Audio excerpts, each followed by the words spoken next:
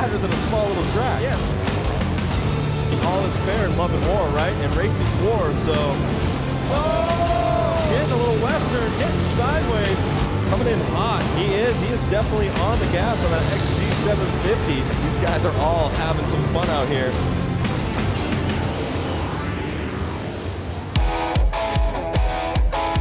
The epicenter of motorcycles, Milwaukee, Wisconsin, will tonight get invaded by every bike imaginable and by riders of all skill levels who have all traveled to UW Milwaukee Panther Arena. What's up, everybody? Welcome to Flat Out Friday. I am Brandon Graham, coming to you with our entire broadcast team for tonight. Of course, joined in the booth with X Games gold medalist Lance Corey, the voice of sideline reporting at the X Games, Diana Dahlgren, and joining the broadcast team, making his broadcast debut, by the way, pro flat track racer Johnny Lewis. Lance, I'll begin with you. You've been here since year one. You've seen this thing grow and evolve. For the uninitiated, what is Flat Track Friday all about? I just love it because it really brings first-timers out, first-timers for racing, and some of the best pros. So you see all walks of life out there racing. Yeah, the range of spectrum of riders. No one's got a better seat than you do. You'll be at the pits all night. Talk to me about the personalities we find out here at Flat Out Friday. I mean, you're gonna have guys that don't talk, you're gonna have guys that talk a little bit, you're gonna have guys that crack jokes, and I'm gonna be bringing all their personalities and the stories down in the tunnel. Yeah, absolutely. Along with Johnny, talk to us about what you're doing tonight. You will be bike breakdown, giving us the science behind everything out here tonight. Yeah, it's gonna be pretty interesting because like there's a large difference of riders out here. Just like Lance said, it's from scooter racers to the hooligan guys on race prep motorcycles that are pretty heavy, and then you got the professionals, like you said. So the motorcycles are extremely fast. It's a tight track. It's gonna be really good racing. Every bike you can think of, every racer you can think of, complete mayhem coming to you now. Let's start racing. The fans invading UW Milwaukee Panther Arena, getting ready to watch absolute mayhem take place on this 1/16th of a racetrack, Lance Corey. Over 15 different classes of racing we'll see out here tonight, beginning with right there, the JV semis will be kicking things off. At the open amateurs, we have the women's main, scooter main, PW50, that's what the bike I started on right there. Oh, little 4-year-old Lance? That's right. The Booney main, that's my favorite right there. Expert main. And if you've never watched this before, you're going, what do all these things mean? Don't worry about it. We got you covered. Obviously, we've got Lance here in the booth. We've got Diana down on the course. And of course, we have Johnny Lewis breaking everything down for us. Johnny, how's it going down there, man? It's pretty loud. So Johnny will be reporting to us live from the course all night long, giving us the behind-the-scenes access on everything. Talk to us about this opening class, Johnny. Man, there's a lot of guys out here. They had to split the classes. There was 100 riders down to 3 classes, and this is the JV class. The guys are relatively new to flat track, and we just kind of got into it, built a bike, and now they're out here racing. It's pretty wild to see them out here opening the show. Yeah, well said, man. We'll be coming to you all night. So Lance, we've kicked things off, bud. Racing's looking good already. These guys are they're already warmed up. They've been out there racing all day to get these lap times. Now, talk to us about this course and the setting for those who are just tuning in for the first time. What makes this course so unique here at the arena? So what's incredible is, to my understanding, it's a hockey arena. Right. And before this was set up, there would have been ice out there, obviously. There is not ice out there right now. But there was ice at some point. Oh, I see, but so not now. when they take all that away, the concrete is shiny and it is slick. It's like being in a big store where it's kind of like slippery, actually. Okay. So they end up spraying Coke syrup down, and they let it kind of dry, and it gets really tacky, almost like being at one of those gross bars or something where your feet I have no idea what you're talking about. Your feet kind of stick to the floor, They do that so the tires actually have some traction. 1 lap to go, you see, and there's the checkered flag.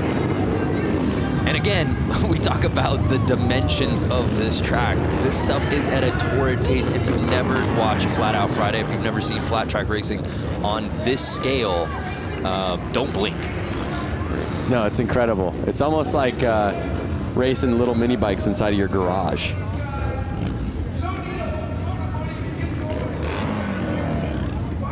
All the racers lined up, waiting to go out there for themselves. And we see Bob Reese finishing number 1, qualifying in our semi 1 of 3.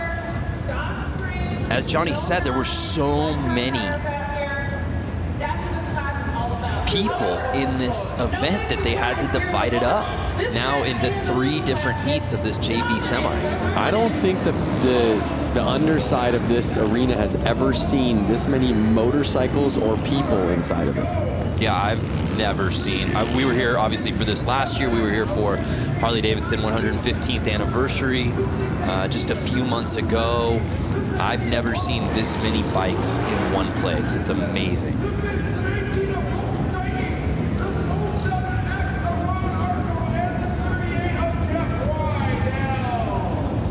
There's a great shot at our track here at the starting line. And one thing you'll notice as we get through these classes, right, Lance, is there's so much differentiation in bike.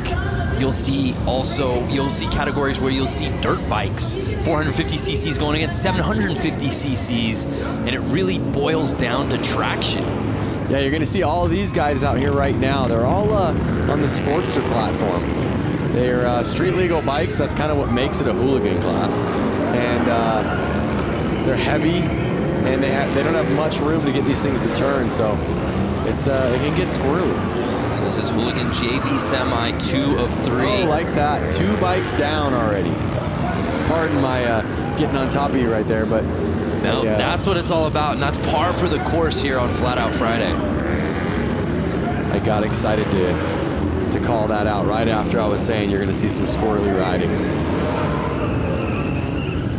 You can see them with the yellow flag out. That means some riders are down on the track, so kind of take it easy. And you can see all the riders kind of bunching up because of that yellow flag. It forces them to slow down a little bit, to be careful so they don't hit somebody on the track. So it gets the race a little tighter. Right there, you see a pass. Yeah. And we'll see Rydell in the lead right now. Is anyone going to catch him? 2 laps to go. No yellow flag out anymore, but the white flag is out. 1 lap to go. And now he's lapping people. Lappers can be dangerous, though. And 38 Rydell with the claim, the fist pump. He went double fist pump. I saw he went left to right, back to the left. He's stoked. He's moving on. There's 100 guys here in this class. He's stoked to qualify. I would be too. The JV main will obviously go on a little bit later as we take another look at that crash.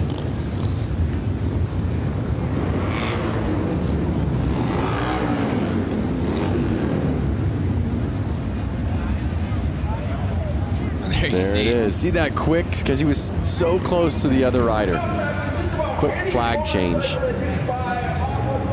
And again, if you're just joining us, we're in the midst of our hooligan JV semi, 2 of 3. Jeff Rydell taking the win there, qualifying onto the main. Absolutely the jewel in the crown of motorcycle racing, hooligan racing, indoor racing, this type of racing in the United States, hands down. There's a little bit of everything here, and the focus really is on fun. Look how huge. And there we see the kits. We should, again, different types of bikes, different types of riders. I think the highlight for almost all of us here is beyond the dressing up of the bikes is the dressing up of the riders themselves. Yep, that's for sure. A night like this, they kind of throw on a costume. You see a man right out there in a tuxedo. That's your type of tux. In fact, I feel like that's what you wore to your wedding. It's kind of a full onesie tuxedo. A full sublimated tuxedo. It's like it's a glorious, it's not a tuxedo t-shirt, it's a tuxedo onesie. Yep. But again, that's the cool thing about this class. I mean, these are their bike. Look at the bike closest to us. Oh, and a guy pulled in front of him. But look at the guy closest to us. Yeah. He is actually, you could see his speedo gauges on his bike. This is not a race bike. This is a bike that he takes to work and back, and he wanted to race. It's so cold outside. He's like, you know what? I'll race the race just so I can ride my motorcycle inside today. Oh, and it was 69 getting the whole shot. Nice. Oh! But he's cut on the inside by 00, the Tux man. Can Brandon Gonzalez get back up there to 00? I see the yellow flag out, and Brandon gets him.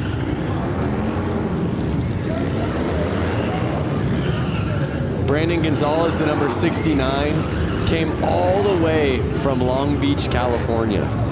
In fact, was he on your flight? He wasn't on my flight. I think he had to drive here with his motorcycle. No can you bring a motorcycle up on a plane with you, Brando? That's a great question. All of these riders had to get their motorcycles here somehow, and I think most of them drove through the snow, through the rain, through the crazy weather we're getting right now.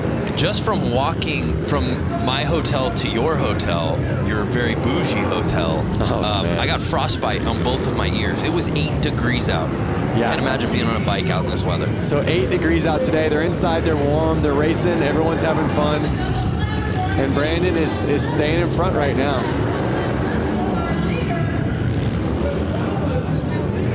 Now let's not forget, everyone here in the stands and all these riders, a lot of them are in town because tomorrow we're having the Mama Tried show. Right.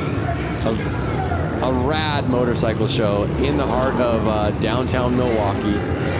And that's really the genesis of this entire weekend, and a byproduct of that is this race because the community as a whole had been coming out here. Yeah, I mean, it just happened naturally. I think the show was already going on. People were in town. People wanted to ride. People wanted to race. It was so cold outside. They said, hey, let's rent one of these arenas and let's all start racing motorcycles in there. They were letting their kids race. Everyone was racing. And you're going to see that tonight. You're going to see 4-year-olds out there on this track racing. Brandon Gonzalez, as you said, left no doubt about it. Even with the stoppage, returning for the win. He'll be moving on. So there you see Brandon Gonzalez qualifying.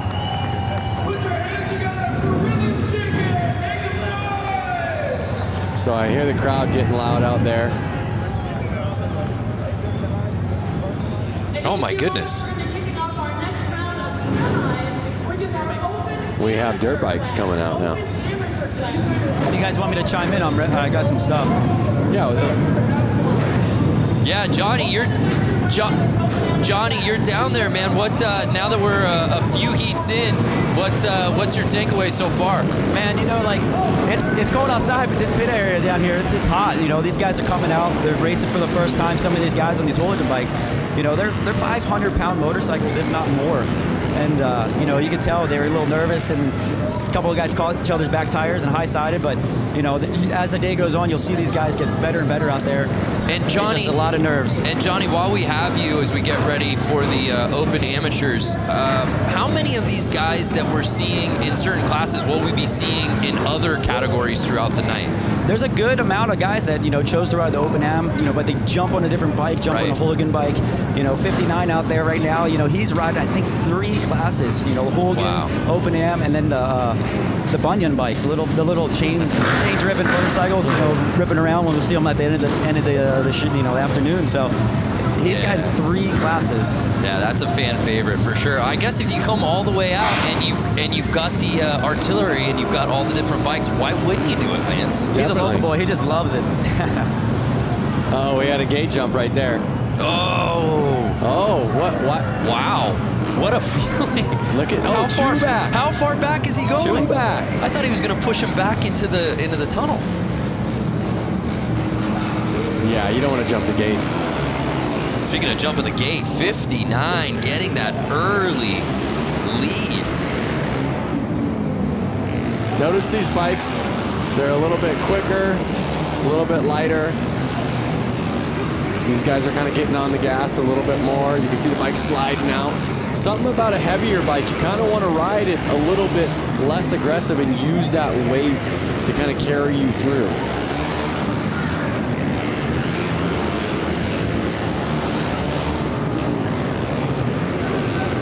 So Kilkenny leading the way right now. I mean, you could see these guys, they're probably getting kind of lost on where are they in position. Right. The guy in first is all of a sudden passing you, and you're going, was the guy behind me that fast, or am I getting lapped already? Right, it's such a small course. Depending on your start, you have no idea where you are when you're riding this thing. And that's what we say, and you even talk about the concept of Flat Out Friday. Obviously, somebody's going to win. Somebody's going to come in second, somebody's going to come in last place, but that's not the premise of that. This isn't what Flat Out Friday is about. No, Flat Out Friday is definitely about getting out there with your friends, riding, and just kind of having fun, banging bars. I love coming into a corner with your friend, and sometimes you can hear your friend yelling, "Yoo!" It's all fun and games. I mean, you know, there might be a little bit of showboating at the end of the night, like, I took that race. But realistically, everyone is stoked for everyone, especially when everyone gets off the track healthy. Yeah, this is the spirit of a bike with a motor. I don't care what your background is, where you come from. When you come here, you're a part of the community. And harder to find anyone or any place that's having more fun than Flat Out Friday here at UW Milwaukee Panther Arena. Man, we're moving. Open Am, semi 1 of 3. There you see it. Notice how much time difference. So first place actually got 15 seconds ahead of second place. Wow. That's probably a lap. You could see the rubber getting on the track.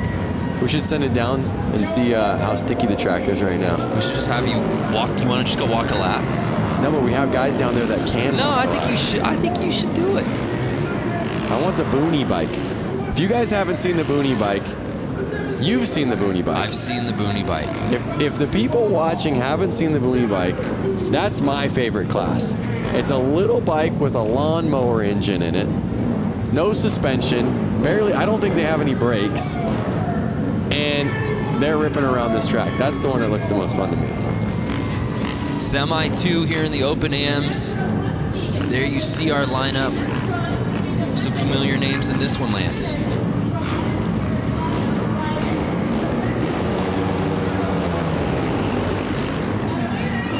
Whoa. There's a fine line when you get out there of being too aggressive. Right. And maybe putting it down in the first corner. What kind of rider would you be, Brando? Yeah, I think I'd go aggro right out of the gate. Would you? Yeah, it's the Ricky Bobby mentality. If you aren't first, you're last, right? Okay. So you kind of go for it. But as we were talking about before, it's so hard, probably midway through that first lap, to really, if you're not in the lead, knowing where you are. Yeah, for sure. And you just kind of want to keep picking off the person in front of you, picking off the person in front of you.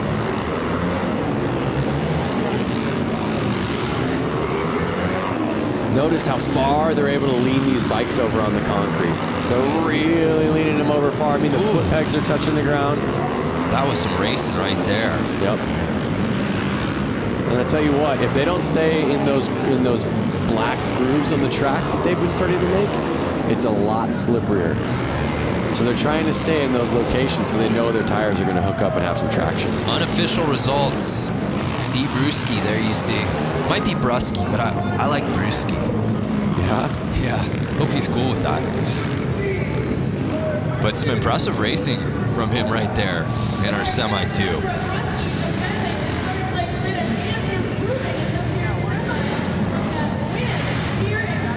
Take a look, it was that 38L bike who I believe got the whole shot early.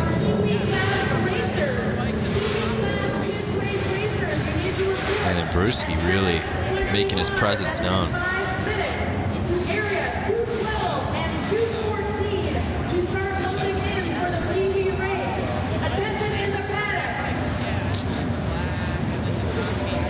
So our results are in. You see Brewski and Blasky So 1 and 2 qualifying forward. Yep. I was just going to say, you see the Q on the side of their name. That's what is kind of letting us all know that they're going to make it to the main event. We're still just in the semis right now. These are just every rider that signed up. Towards the end of the night at this show, you're going to have all of the fast guys battling. That is really where it gets intense. Yeah, it's really neat. As we said before, you come through the tunnels here of the arena and you see all the bikes lined up. You see riders from all different backgrounds. Obviously, there are some very familiar names here who we'll be getting to a little later in the show. And then you literally see 10-year-old kids completely kitted up alongside like a Jeremy Twitch Stenberg, you know? Yep, it's amazing. And where else are you going to find that? No, exactly. You do see Twitch out there, who's well known in the motorcycle community, taking photos with all the kids that are geared up as well. I was one of those kids at one point, and I see little PW50s out there, the little teeny dirt bikes, and it brings back such good memories. And one thing about motorcycle racing, it's such a family sport. You really need that family support. It really creates, like you said, that community. Everyone's there to help out. Everyone's willing to lend a hand. And they're off. 25. And the Stars and Stripes getting the early lead. Notice, Brando, that bike did have front brakes on it. There's no more front brakes. Not to these eyes. It's all gas, no stopping. Yeah, and Lance talked about the importance, especially on these dirt bikes, of the suspension setup. So you can tell compared to like a normal dirt bike you buy off a showroom floor, they've actually lowered the front end of it a lot, drastically. So that way the weight gets a little bit more on the front of the bike and they can control it in corners a little bit better. Also, they've taken the front fender off. It's not really needed. There's no dirt flinging up. They're able to see where their front tires go a little bit better. But we may get a better answer down there.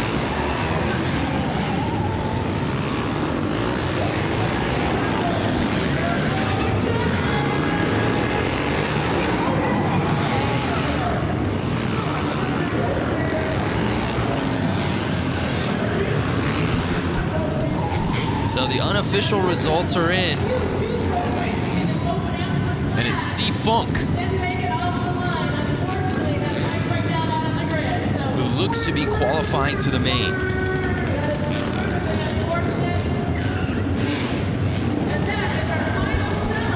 Johnny, can you hear us? Johnny, can you hear us? I can hear you now. All right, so you're down there. You've been seeing the hooligan JV class with the Sportsters. Now you're seeing dirt bikes get out there. From a ground level, what bike do you want to ride? What do you see a big difference in what's going on? Man, I'm partial to these hooligan bikes. You know, they're big machines, but you know, around this little track, they look like a handful, and I'm always up for a challenge. So, you know, these guys getting out here on these big heavy motorcycles in front of a big crowd like this is, you know, it's pretty amazing. You know, like I'm pretty stoked to see these guys doing it. Now you're gonna get out here and see these pros get out here and do it. You know, there's a big difference. The lean angle's a lot different than the hooligan bikes, but you know, I think these hooligan bikes look like a lot of fun around here. Yeah, thank you, Johnny. Well, as we get ready for our next class, we'll head down to Diana Dahlgren. You never know who you'll run into here at Flat Out Friday. Diana, who you with? Yeah, that's right. Hanging out here with Taylor Kinney. You're starring on NBC Chicago Fire, and you are a motorcycle enthusiast. You've been here with Harley-Davidson quite a few times to Milwaukee. How have your experiences been so far? I came up, I think, August of 2018. Sorry. Whoa, guys. Hey, there we go. For the 115, the Harley anniversary, came up, had some cheese curds, rode around, saw the streets, saw the lake. It's beautiful, and then coming to the track, I couldn't be more happy. So you got to get out on this course earlier today with guys like Jeremy Stenberg, Buddy Settle, Johnny Louchback right behind us. How was that riding on the course? It was fun to rip around the track. We got here early. I think we were the first ones out. The concrete was a little cold, tires were a little cold. We slipped around a little bit. Twitch came out, started lapping us. buddy came out, started lapping us. We picked up the pace and had a good old time. But yeah, after seeing what the guys are doing tonight, I was telling a couple of the boys, I think I would have ended up in the hay.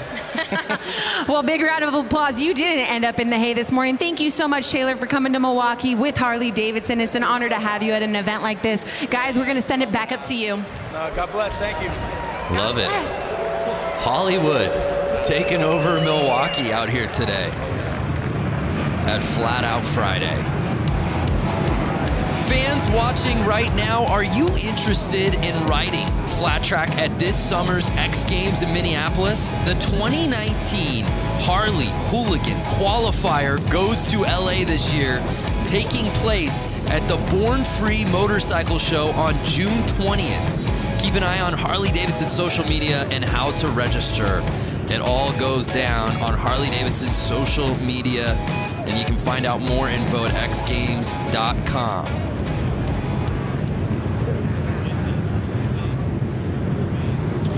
So we move on to our next class, the Expert Semis.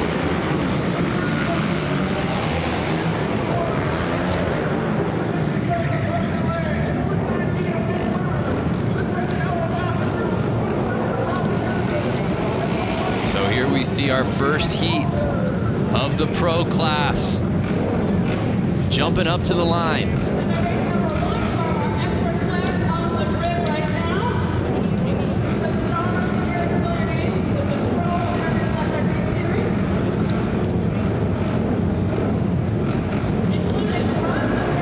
Here they are. The racing's about to heat up. Yeah, no doubt. Here we go, and they're off. Notice that he's got a piece of carpet on his boot, Brando. That carpet on his left boot right there, so his foot doesn't actually stick to the ground. The ground is so sticky, like I said, his boot would actually get caught. It would rip his foot back if that wasn't on there.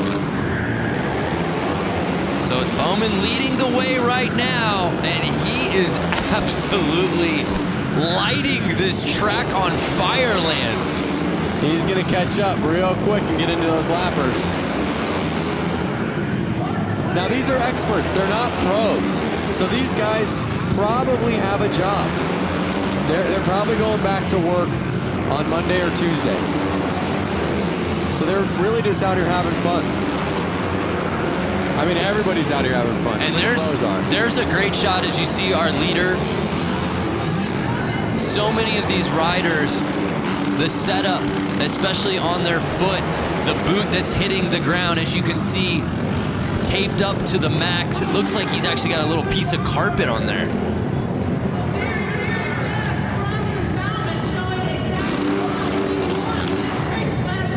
There you go, he's stoked. Right from the get-go, he does not look back. Takes off, and he's gone. That's what we call a no-doubter, Lance. Bam. See him lift his foot so he can kind of bring it over those cones that are saying, hey, this is the inside, don't go any further.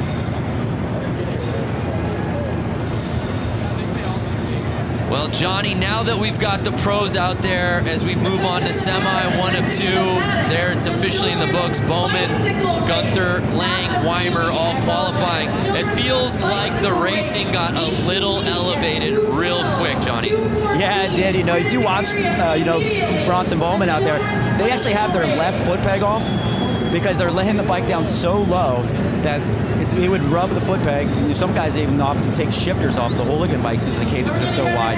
So, these pros now, they're just laying that bikes down so low, getting the direction change. It's pretty amazing to see them out there doing this on a track that's 100 feet from inside to inside.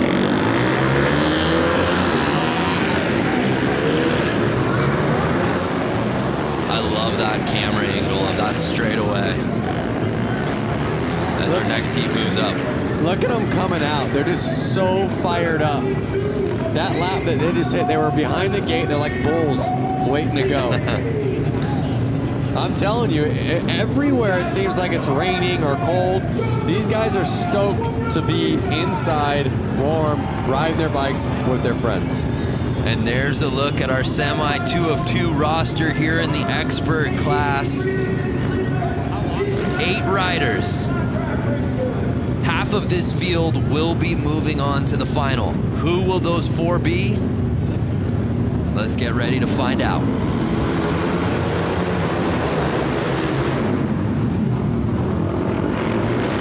Looks like the inside rider always keeps getting the jump and staying in the lead.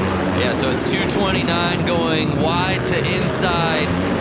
Can he fend off the field early in this race? So to my knowledge, they basically all had to time qualify during practice to get what qualifier they're in and probably their gate pick. So usually the fastest rider gets first gate pick. And so that's why we're seeing the guy on the inside. He's choosing that line, and he was also the first one to choose it, and he was the fastest one in his class. That's kind of why we're seeing him be able to take off and lead the race and win the race in the last 2 classes. So it's Mishler leading the way, the 69 polka dot kit. Can Monaco catch him on the final lap? No, and it's Mishler taking it. And it looks like Weiss might have actually passed Monaco there on that final lap.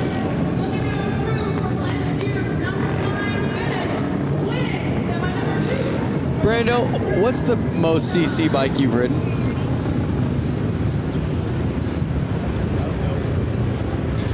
Oh, let me look back in my lifetime. You know what? I think it's got to be a 900. A 900. A 9. So to give you an idea, these are 450s. Right. And the Sportsters you saw out there were basically 1200 cc's.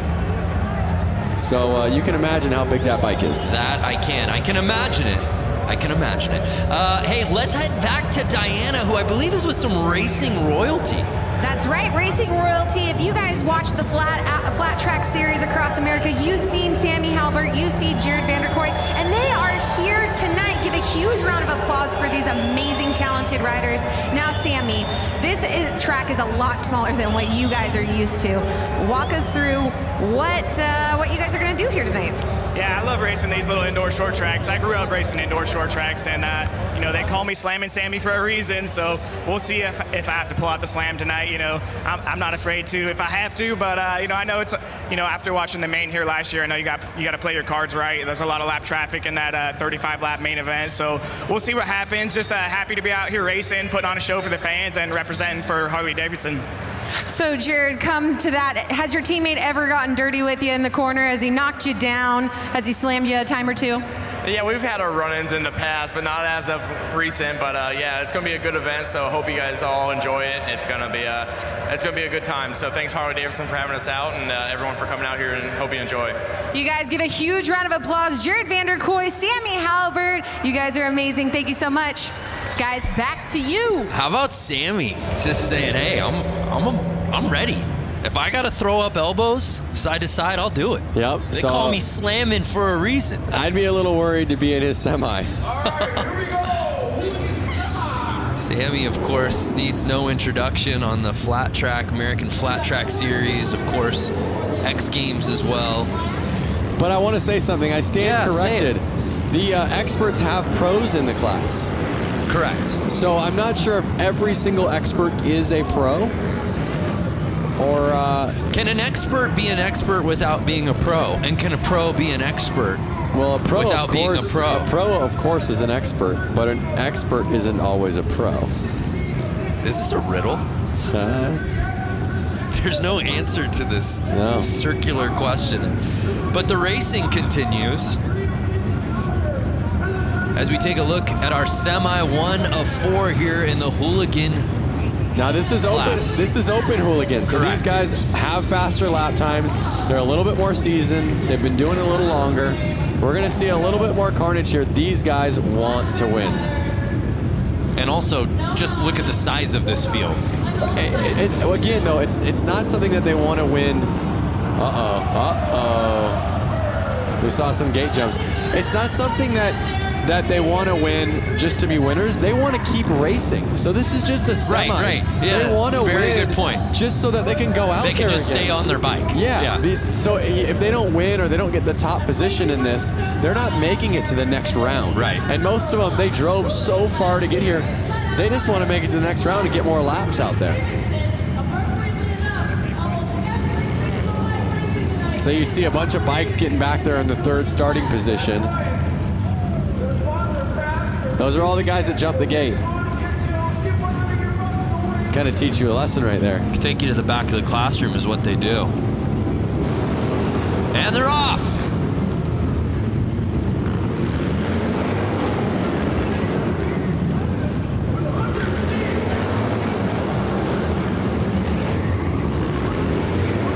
And it's early. It's Clements leading the way, trying to hold off Young and Carlson. I know Clements himself traveled all the way from California to get here, so he wants to stay out there. He wants to keep racing. And is there a better outfit early on than Carlson's tassels? I'm getting a very Lloyd Christmas briefcase money look. Oh, he's in the lead. Yes! He grasped the lead with the tassels. You would think that would be a hindrance, aerodynamically speaking. I think that's something like, I'm the man. Watch out for me.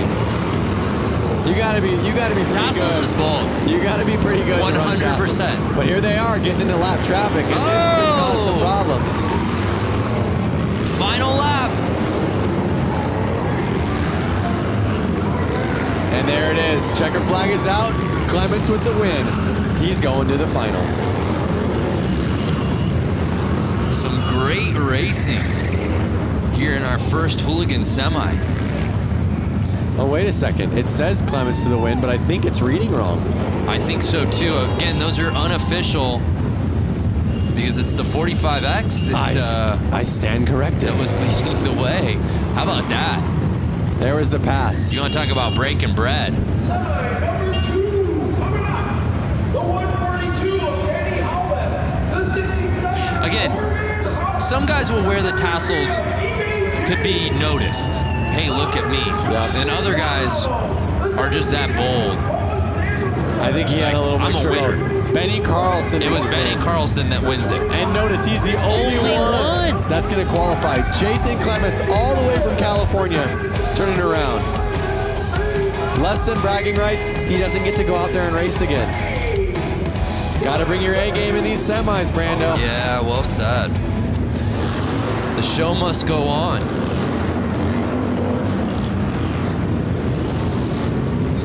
Our next class jumping out. Notice the difference in gears. There's a couple guys in leathers and there's a couple guys in more of motocross gear. Yeah. I myself would want to be in leathers. If I hit the ground, I want to be in something that's going to slide well. Okay. Something that's going to protect my skin.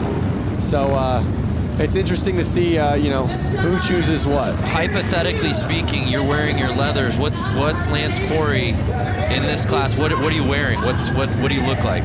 I look like number 100 right there. Dialed. Ooh. Even number 81 back there, he's got leathers on. So you go Johnny Cash. I go Johnny Cash. I would be in a Harley-Davidson jacket and chaps. Well, we'll have to get you out next year, Lance. Out of the booth and onto the track.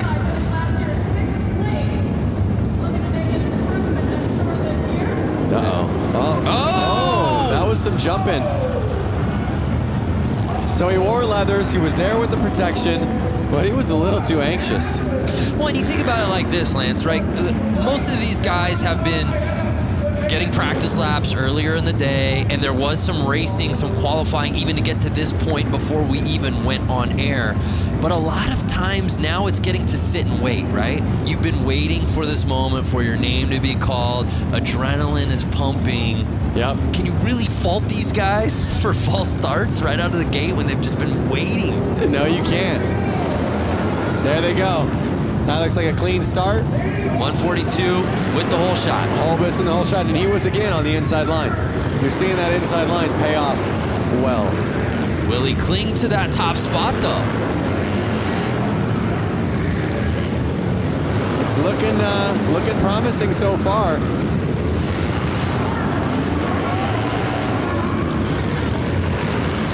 Again, if you're just tuning in, we're still in semi mode. We've got so many finals, so many mains still to come. We're just getting started here on Flat Out Friday.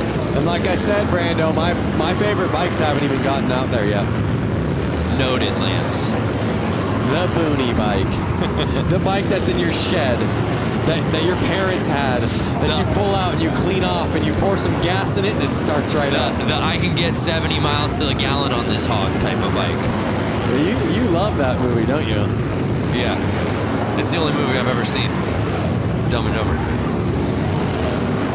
So Holbus on final lap. Can he hold on? Oh. And he held it. Is that our guy Louis Louders that came in second there? Yep. We've seen Louis Louders at the X Games hill climb. Along with his brother. Yeah. The Harley hill climb. Again, these are guys. Louis Louders is a guy. He runs a Harley-Davidson dealership. Yeah, has a dealership. So he was probably at work yesterday. I believe he's a Wisconsin guy, if I'm not mistaken. But we've seen him travel for the love of amateur racing. You know, like you said, we've seen him in Aspen, Colorado, hill climbing. Well, who's turning down a trip to Aspen, Lance? Again, Lloyd and Harry is not going to turn down a trip to Aspen. You brought it up! Oh, man. I didn't reference it this time. Hey, the Rusty Butcher. That's not Rusty himself, I don't believe. It's a teammate. That's a teammate of the Rusty Butcher. Yeah. But the next race you see open hooligan semis. Here's some of the hooligan hotshots. I see Suicide Machine Co., like you said, a Rusty Butcher rider. So these are some of the guys that kind of really made hooligan fun again. Make hooligan fun again. I've seen you wear that hat. Fun again. Rusty Butcher gloves right there. Twisting the grip. Pair of Thrash and Supply gloves right there. Whoa! Twisting the grip. Thrash and Supply Co.? That's right, baby. Like you said, a lot of these guys' palms are probably sweaty. They've been waiting around for this race. They're fired up. Palms are sweaty. Mom's spaghetti. Don't do it. I knew it. There they go. Clean start. 963. Mikey Virus, a Rusty Butcher, got the lead. He was on the inside line again. What a clean looking bike. I was just going to say that. These guys build these bikes specific just for this event. I watched Mikey and the whole Rusty Butcher team assembling these bikes. Oh, a pileup. A pileup. I hope we got that so we can see it in a replay. But you see the yellow flag out, they're kind of having to take it easy. You see the gas on the track. Yeah, we got to take another look at that. Speaking of setting a bike up, you got the opportunity to build a Harley-Davidson this week. Yeah, I've been in Milwaukee for 3 days now. We have a competition called the Brewtown Throwdown. Correct. Where basically two teams built bikes. You guys might have seen this in the show a little earlier on, but we were able to build 2019 Street Bobs. We had 2 days to do it. My team, the Quick and Easy team, we made a bike that was kind of replicated after a 1940s flat track race. So something a little bit more old style. The other team, Super Bob, I want to say? Yes. Super Bob, they made a bike that was a little bit more Supermoto-ish, a little bit taller. To me, it looked a little Mad Maxy. I'm digging my bike. I hope you guys vote for my bike, Quick and Easy. Yeah, tomorrow. both are beautiful. Check it out on the Harley social and then also Lance Corey's social.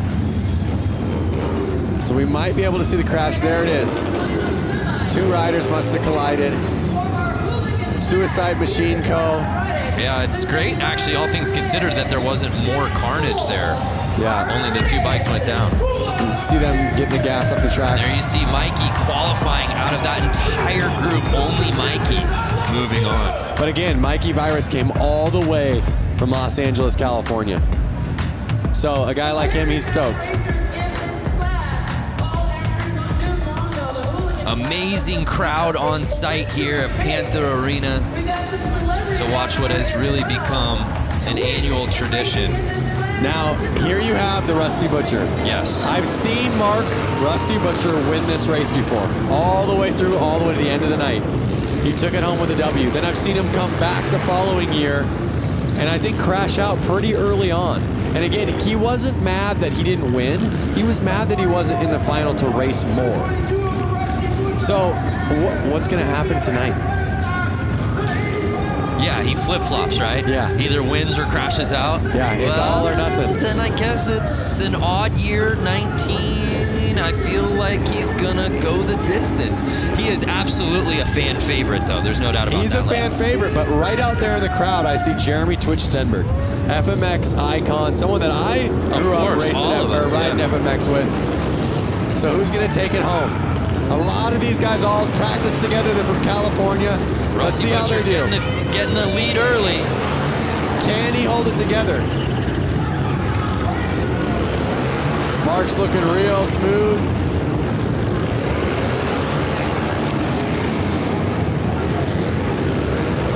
He's looking confident.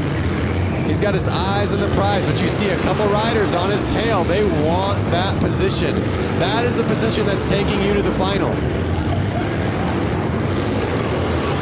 Are they going to go easy on him? Are they going to throw a tire in? Are they going to take him down? But we got a battle here midway through this race. Oh! No! Mark the Butcher goes down and it puts Buddy Subtle into the lead. Buddy Subtle taking over the top line, but no, Bush taking the lead from him. Wide. They're coming into Mark now, who's a lapper who was just in the lead. Final lap time. Will Bush hold on?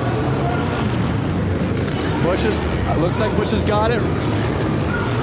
And Bush gets it. Oh, and what a heartbreaker. Subtle comes in second for Rusty Butcher. What a transition. You go from Rusty Butcher laying it down, Buddy Subtle then in the lead, and then you get the number 44 of Bush taking over the win. There was 3 different leaders in that race. That was some of the best racing we've seen all night. Oh my goodness.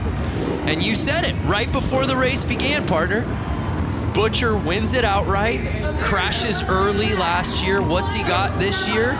In the lead, we think he's got this thing comfortably, and crashes out. It's such a, I feel so bad.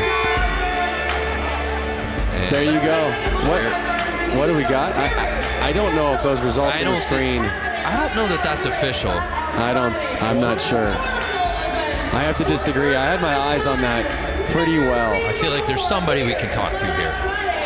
Please put your hands together because there is going to be a wedding taking place. Well, before we move on to our next race, here's a word from our Diana Dahlgren.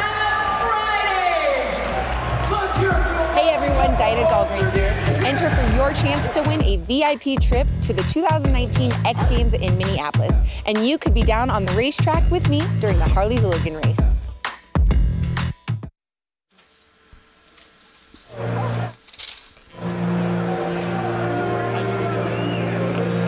Check out the kids down there.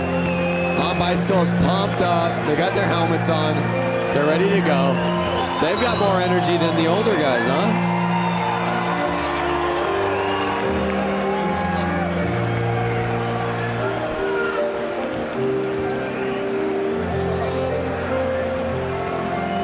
This is what I like to see. Yeah, there you see the young fans. It Flat Out Friday brings out everybody, including some influencers who came out and were able to take some laps around this course. Let's take a look at that. The track feels really good. We got a little practice in there. It was fun. I grew up racing motocross, so it was cool to do this. It's something different and something I definitely want to do in the future more. It was fun just to go out and get a couple loops in, watching these guys follow lines and get a feel for the track. It's my first time actually even touching concrete. I've seen so many videos of everyone barely scraping their primary and eating it, so I was trying to be cautious out there as much as I could. It's pretty tacky, but it will spin a little too, so I think it's exactly what you want. It was awesome riding with these 2 big trees. But I honestly think we got them. Yeah, I got to keep it on 2 wheels and yeah, not crash. I got 100 cheese curds on Buddy to take the whole thing. some heavy hitters. Yeah, there you have it. That are part of it. And there's your bike. Yep, there's the bike that I just got done building over 3 days.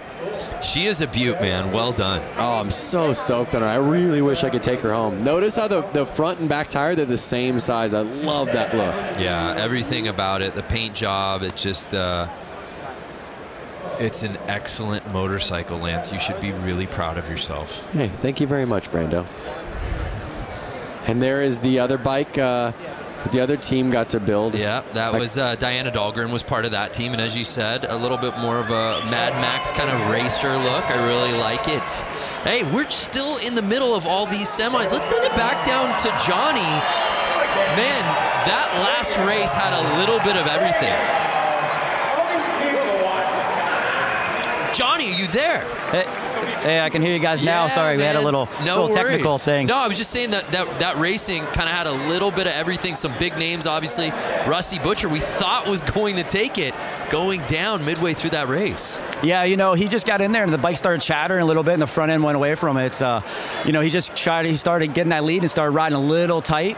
And when that happens, you know, the bike just kind of handles differently and he got that front end push and he lost it. So, you know, that's been kind of a thing that's been going on a lot lately is, you know, just guys, you know, getting offline that little bit and somebody snicking, you know, right underneath of them and then bumping by. That's how, you know, Carlson got the win that last, you know, the one before. He just, the guy ran wide a little bit and just snuck up the inside. So, you know, that's what it's going to be all night long. It's just guys kind of, you know, jumping in and, you know, when that opportunity comes available, they go for it, and that's going to be the race in the night. Yeah, and Johnny, Lance had said it really seems like the theme is whoever's got that inside start has seemed to get the whole shot. Are you seeing that too down there?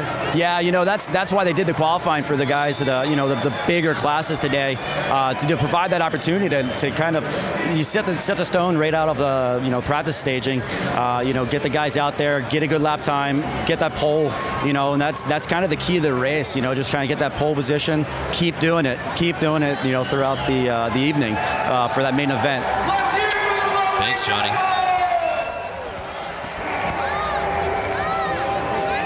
Packed house out there, tons of energy.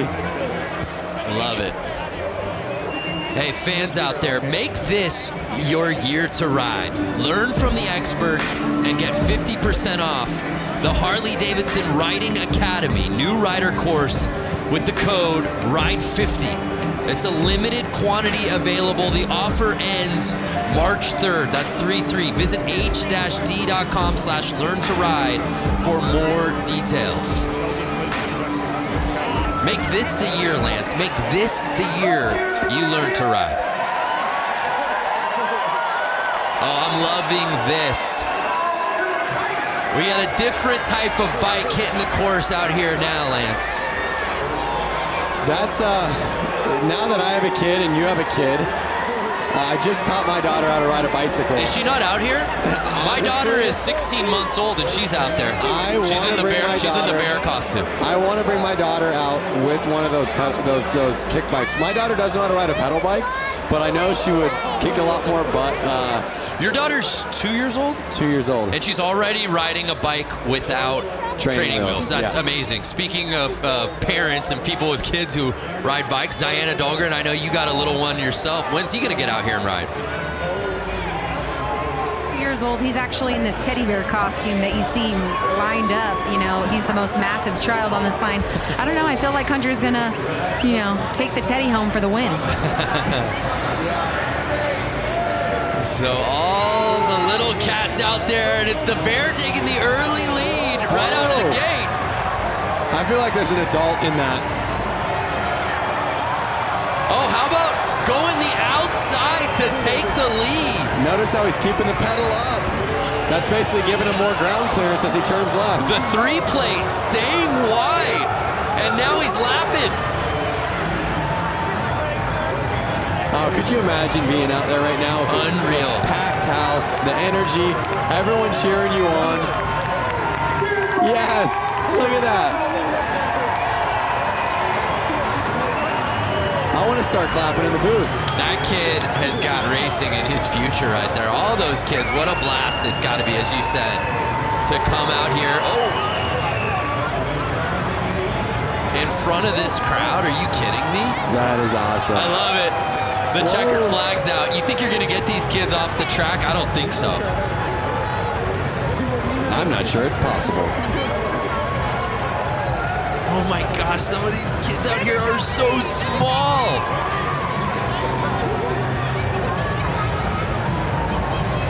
Speaking of kids and bicycles, Lance, I know you just got a new bicycle. I did just get a BMX bike. I grew up riding BMX bikes my whole life, which I'm sure these kids are gonna do. I'm sure most of these people racing have done, most people in the stands. And it just was something that, it was like a calling of like, you need to kind of go back to what you did as a kid and find that real organic fun. And did you find what you were looking for? I found exactly what I was looking for. According to your Instagram all last week, it seemed like you found it pretty much every day at the park. Yeah, I went to the skate park every day and had a blast. Look at that little kid cruising his little pedal go-kart.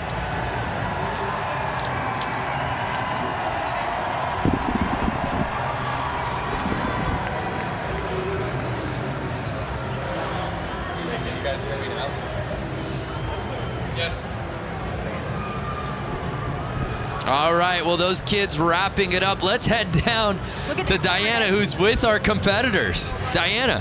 Hey, you guys. So I'm down here with these stars, tomorrow's stars. Alrighty, so you just ran the track here at Flat Out Friday. How was that track?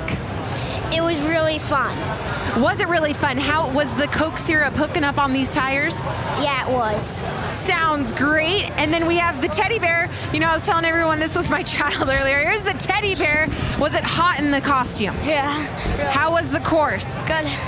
What is your goal in the future? Are you going to win some championships in the flat track? Yeah.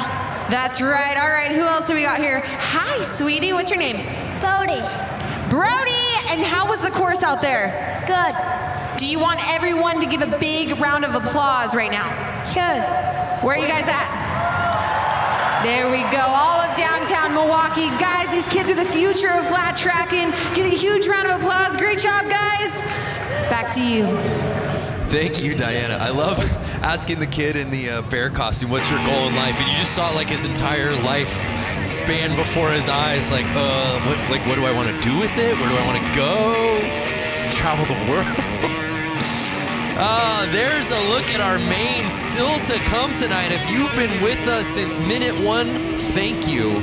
But we just getting started. Some of the best classes are coming. Who do we have lining up next?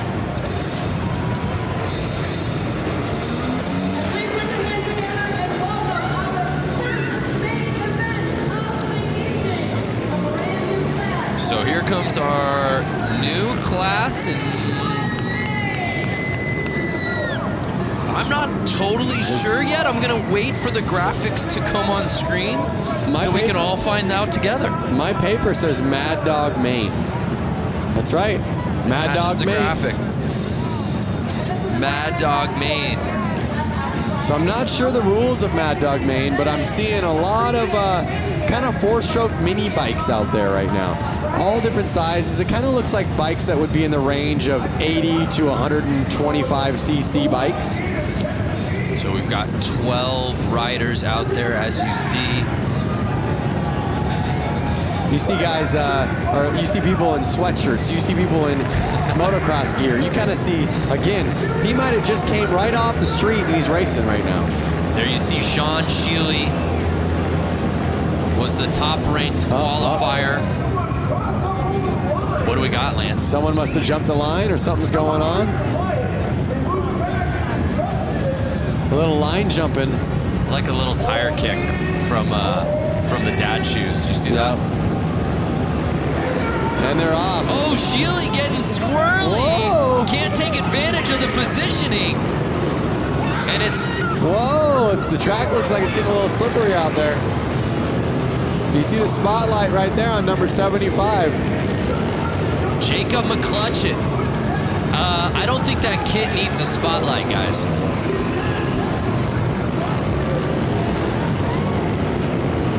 Now again, this looks like a bike that's a little too small for that rider right there. And but again, sometimes riding the smaller bikes is more fun. And it feels like, again, traction, the name of the game on a course like this. Having that bike control. Oh, we see a pass. Bike control is key out there. Smooth and steady wins the race. You saw, like, just like Johnny said, Mark the Butcher, he was getting a little hard on his bike. He was riding a little too fast. Because he lost his smoothness, he ended up letting it go. So it's Ryan Stephen leading the way, and it doesn't look like anyone's going to catch him, Lance.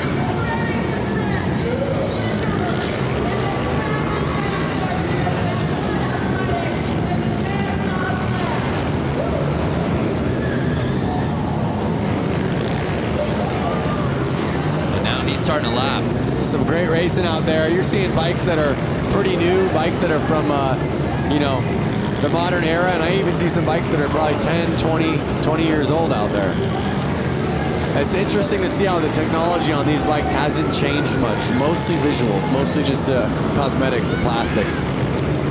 So final lap, and it's Steven taking the win, at least unofficially, but to these eyes, you can pump that fist, Steven. Ryan Stephen taking the top spot, followed by McCutcheon. Excuse me.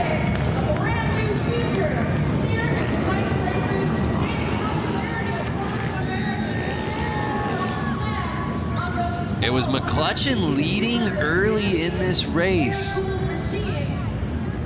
And let's see if this is where the pass took place.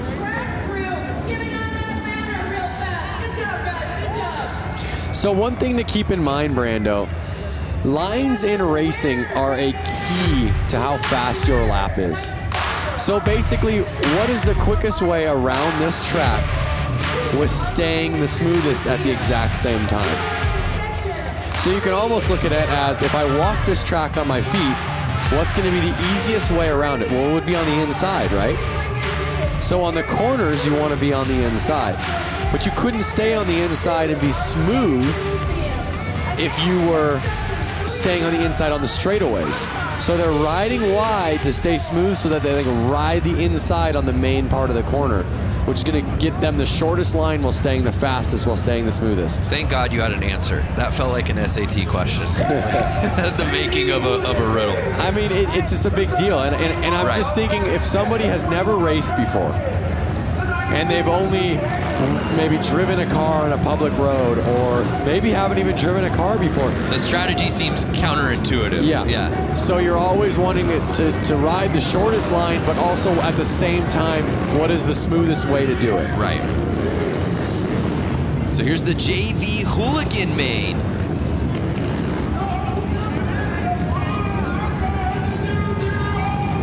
Some familiar names on this roster you'll see in just a little bit, headlined by guys like Bob Reese and Brandon Gonzalez, who looked so good early on this course this evening.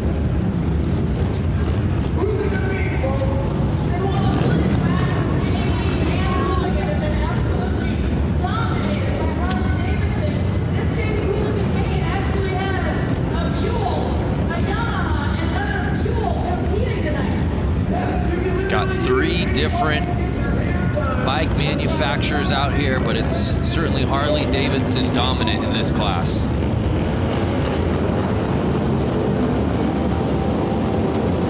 So just to give you an idea, I see the number 7 out there, Juan Arceo, right there on a black Buell.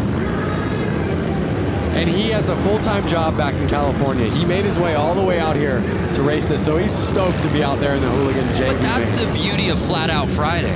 It's just filled with weekend warriors. Yep, exactly. Matt Schmidt, who had that first pole positioning, taking the whole shot, and he may not look back because he's already catching up to Tuxedo. Yep.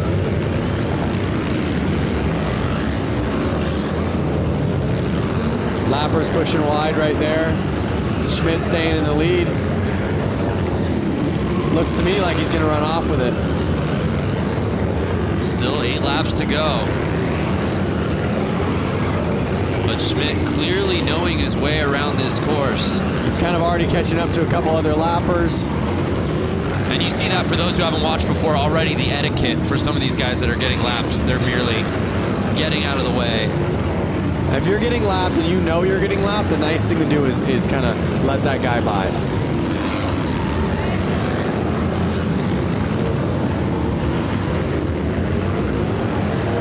So let me ask you something, Brando. If you were out there, what type of gear would you be in? The tuxedo? Yeah, I think some version of that tuxedo. I live my life business casual. You know that. Maybe a blazer over it, perhaps. Like maybe a nice leather blazer. Okay, because like that. I do agree with safety and protection, just like you would be in full leathers. White flag's out real quick. Schmidt staying in the lead. Schmitty. I don't know that he likes to be called that, but it just sort of rolls off the tongue. And then the 721 plate, Matt Schmidt had the lead from lap number 1, and no one could take it from his kung fu grip. As he takes the top spot in the Hooligan JV Main. A lot to like about this racing, as you said right out of the gate, right before this thing began, about the strategy and how these guys handle this course. Matt Schmidt did just that.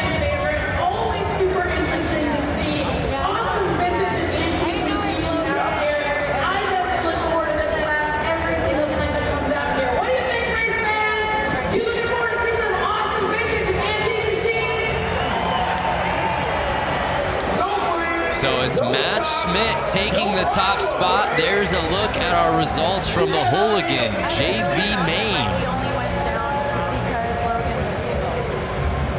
Let's send it down to Diana, who I believe is with Matt Schmidt.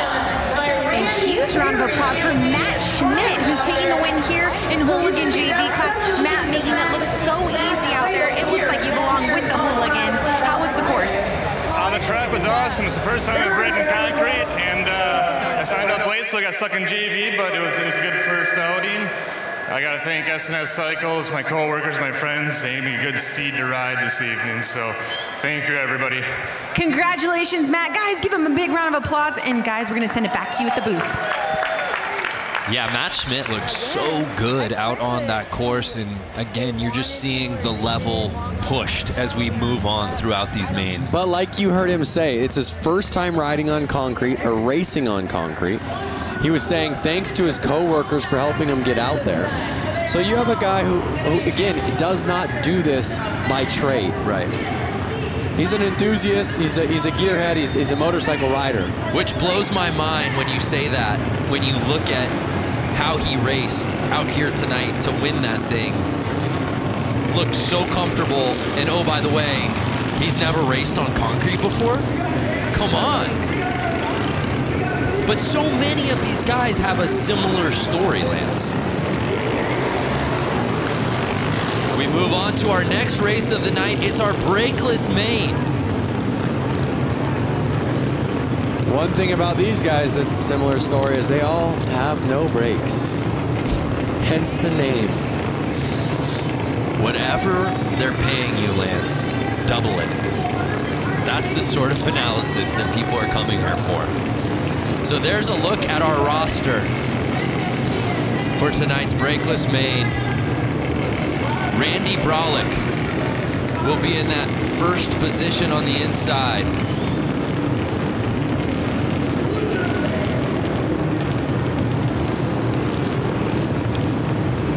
You see him lining up right there.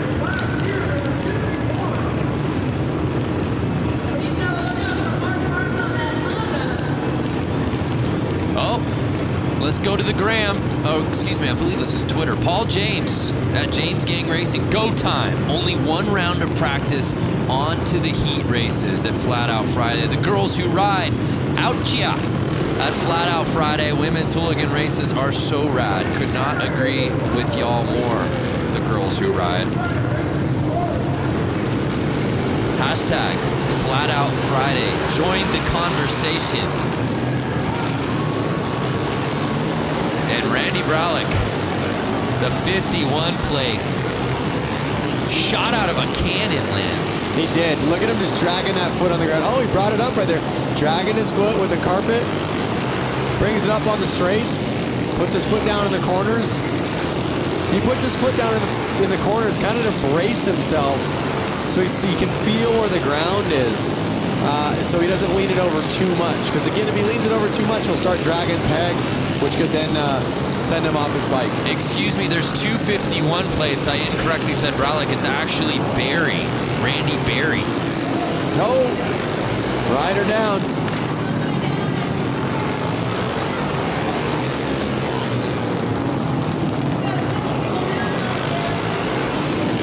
And the Stripes are able to get the bike off quickly there.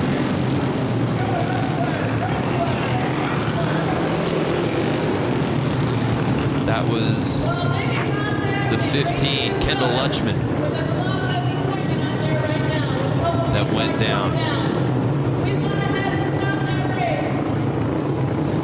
One thing that's so cool about this race is they really keep the styling so vintage and so pure to flat track with the striped shirts for the track helpers, the all white gear for the. I'm not sure what you would call them, the track kind of flaggers, and I guess they're the flaggers. Oh, it looks like he's hurt maybe. Yeah, so we have eyes obviously down there on the course. Diana, what you see? What happened there? Yeah, so basically it just went down in the corner, but what my angle shows is that his leg got trapped under his bike, and it just took a couple. But right now, with the red flag, since they got so many, and they're going to do stag start. We losing Diana there due to some tech difficulties. We'll try to clean things up, but that's a tough go. So I don't know if you were able to catch it earlier, but the front wheel on his bike, look at the front wheel. Tacoed. We call that tacoed because it's folded like a taco. Oh, that's why you call it taco. I'm done trying to help No, I you. gotta tell you, the stuff that I am learning from you, Lance, is just blowing my mind. Doesn't look like he's doing too well. I mean, he's back up on his feet, but yeah, it's good to see him popping up. But how? I mean, my goodness! I hope that Panther Arena gives this man a hand, because you see what happened, and as Diana said, basically that wheel going over the leg. You see what happened to the wheel. I'm not even sure if that bike rolls. I think they're gonna have to lift the front wheel up to get off the bike. But you see the rest of the crew lining back up to finish this race.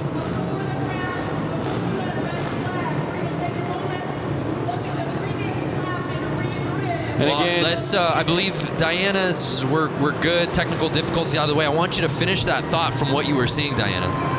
Yeah, so they're staggering the riders. This is typical with a red flag. They're relining them up. But yeah, from what it looks like with the rider who went down, he's standing up now. Good sign. Looks like he just really might have banged up his leg.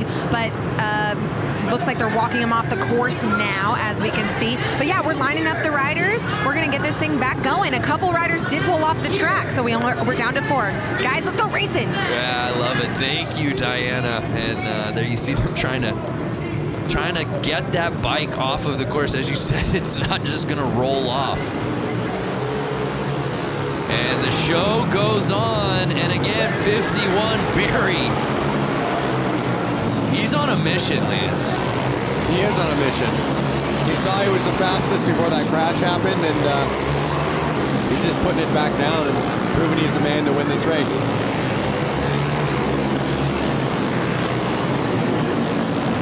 4 laps to go.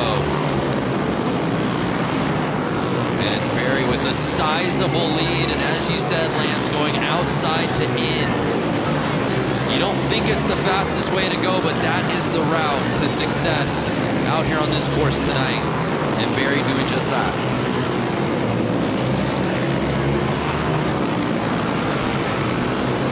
There it is, white flag out. Barry's got 1 lap to go. He's looking at the checkered, and there he is. Taking that main home, looking back at his friends. Big smile on his face. You can see it right through his helmet.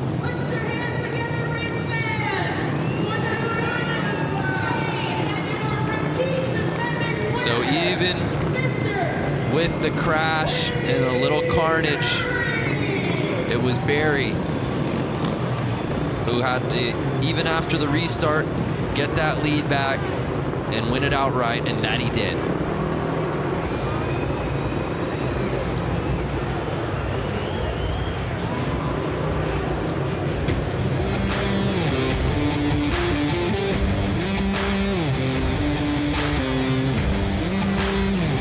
So Brakeless Main officially in the books.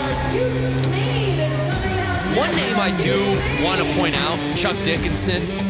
I don't know if you've seen Chuck around. He's always here. He was, of course, at the 115.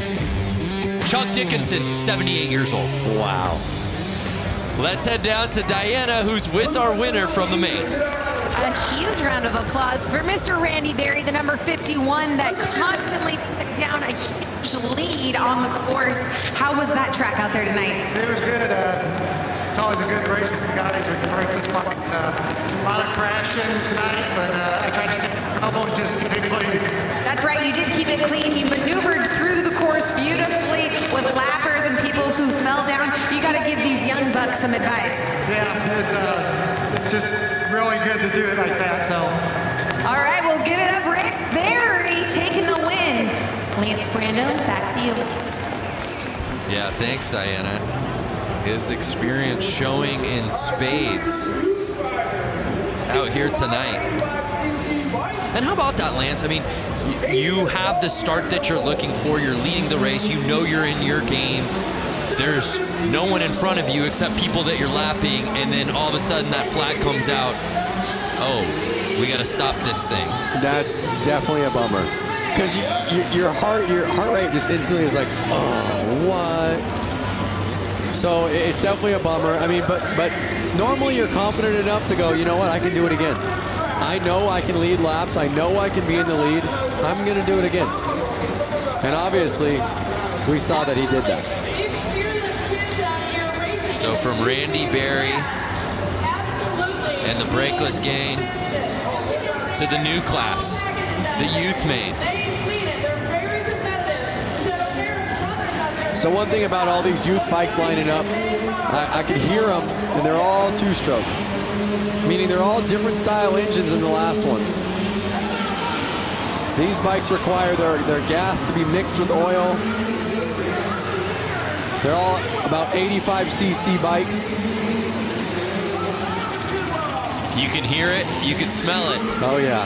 And a couple of Tidwells in first and second. It's Trevor Tidwell in the lead.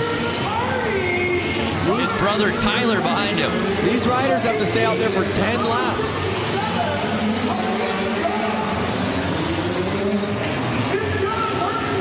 I see a couple 60cc bikes out there. And you see the Tidwells, 1 and 2. Do you think that any bit of their training together is Clearly it's paying off.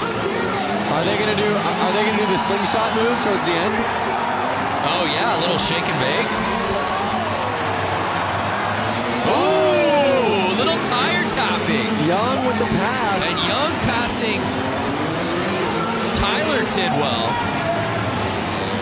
Oh, Young's in the lead with 5 laps to go. He is putting the power down. You hear the crowd going wild. The crowd is going off. You see Young. This is the back and forth we've been waiting for. Can he hold it for 3 more laps? Wow. Vince Young passing Trevor Tidwell, and just 2 laps to go. Can he hold on? Final lap time.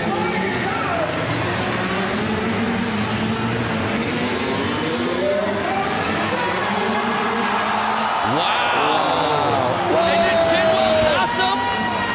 A photo finish, Lance. We gotta see that again. Did Tidwell regain the lead right before the checker? I need to see a replay. That may be a youth main, Lance, but that was easily the best race of the night so far. It's only going to get better. Wow. Here we are. You see some passing. He's letting a rider back out on the track.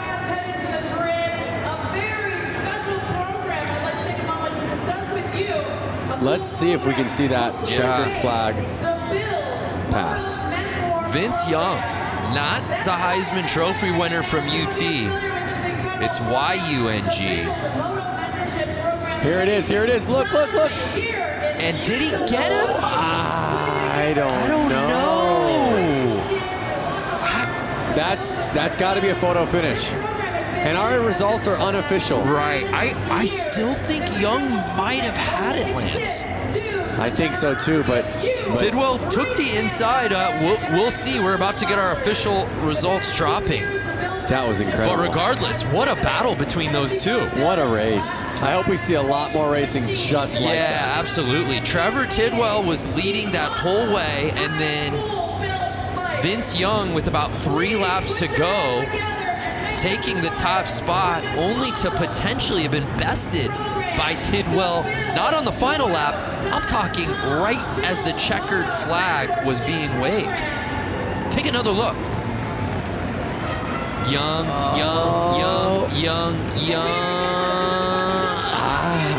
Tidwell on the inside just makes it so interesting. Look at how leaned over Tidwell was. Carrying his momentum right out of that corner. Leading the bike. That's some savvy racing right there. Incredible. What's up, everyone out there? That's a lot of people getting on the Jumbotron for the first time in their lives. Oh, kiss cam. Kiss cam. All of these machines are built by local high school students. That's right. So they're going to the tape right now, really taking their time. Who's your money on? I still think it's Vince Young. Some more social coming through. Bikes going fast. Zoom, zoom. Hashtag Flat Out Friday. I love it. Not Simone. Even got a little, she's got the cherry emoji in her handle. Watching Flat Out Friday on Blockhead Moto Channel by the fire. What better way to spend a Friday night? Dave Hoffman, thanks for spending the night with us. Malika, who says there's nothing to do in Milwaukee? Not Lance or I. That's for damn sure. We're checking out Flat Out Friday. Checking out Mama Tried's Flat Out Friday. Lance, we still don't have our official results yet. They're looking at photos. At the photographs. They're looking back at the footy. You asked me, I asked you. I thought it was VY. Do you think Tidwell did enough there at the end?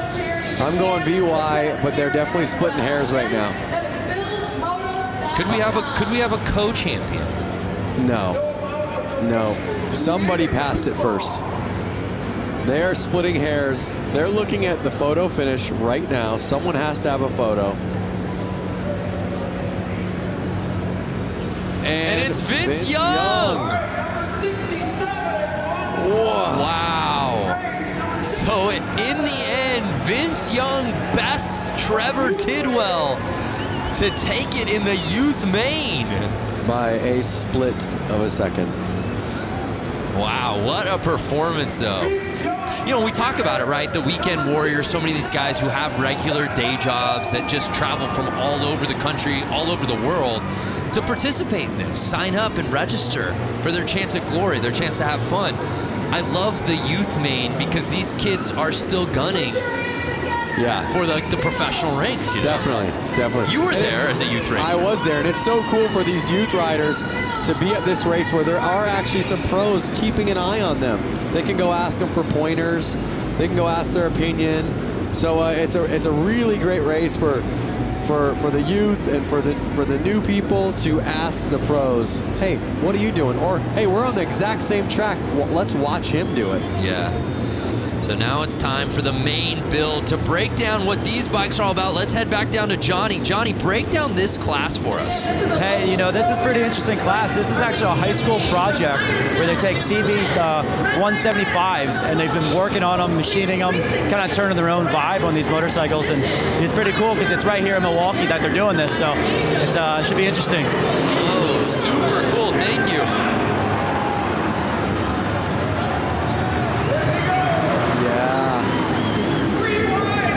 How rad is that?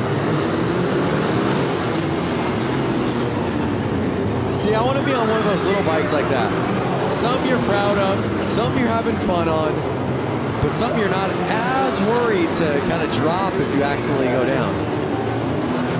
Miss Cho leading the way on the 35.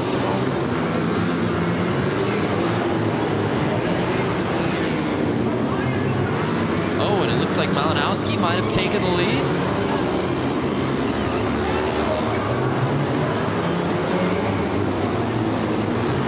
Eight laps to go.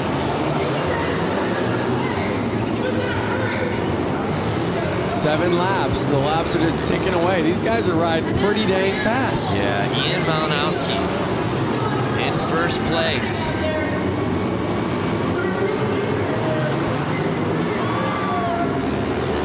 Now Ian's making the passes.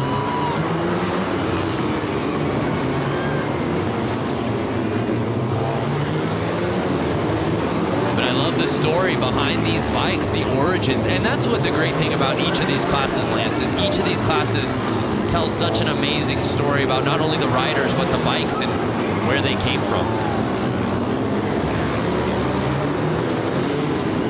Look at the forks on that bike. Bop, bop, bop. They're kind of bouncing up and down. That's too soft of a fork, and that's going to make the bike actually have a hard time getting traction in the corner. That's going to slow him down. Well, Malinowski, I saw a bike backwards, is covering so much real estate. Hitting outside, hitting inside, making passes both ways. And takes the victory here in the build main. The number 83 winner racing for the Oak Creek Racing Knights. Put your hands together for BillsMoto.com.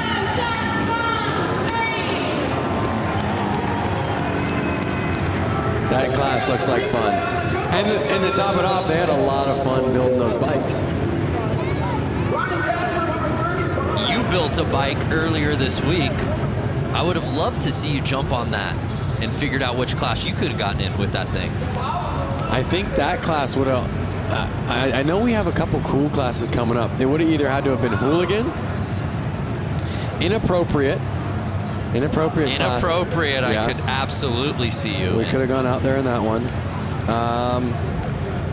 I would say I would have signed up for the inappropriate class. Yeah. Because it's a little bit of an inappropriate bike. It's a little too big. So what would your costume been? Oh boy. Well, the bike was styled as a more vintage bike, so I would have played the part and gone vintage. I would have been in some old school leathers. Nice. With kind of a helmet that Evo Knievel would have worn, like a helmet that looks like you should be in a space shuttle. Well, partner, it's not too late. We move on to our next class. Get ready, it's the women's main. The ladies of Flat Out Friday hitting the course.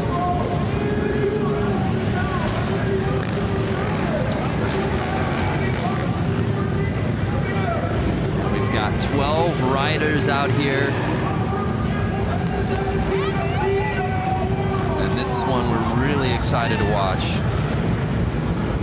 All of these women absolutely ripping on this course. Was watching them in practice earlier today.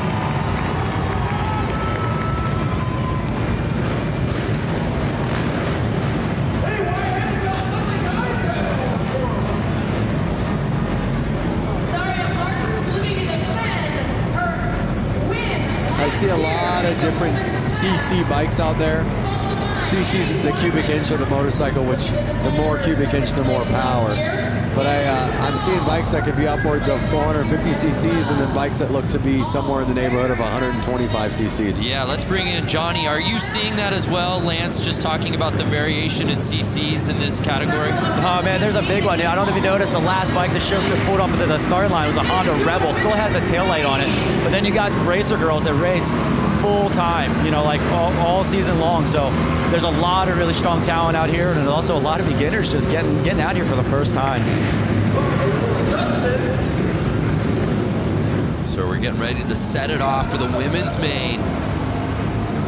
We're having some troubles at the start right now. I'm seeing some gate jumps. I'm seeing some bike stalls.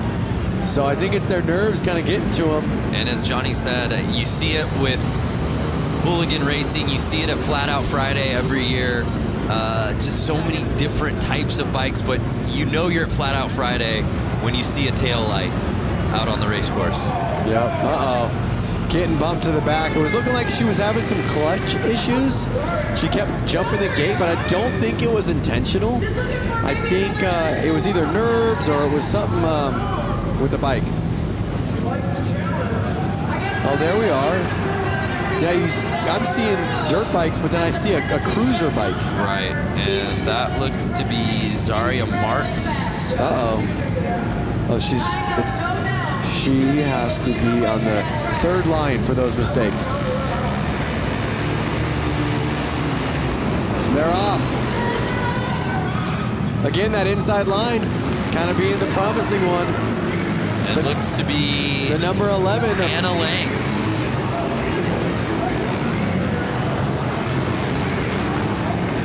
Hannah Lang leading the way. Annie Wyman now taking the lead away on the 158 plate.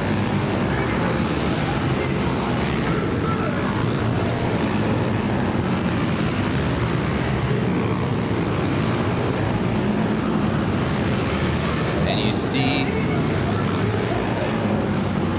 the control around the turns and then just gassing on the straightaways.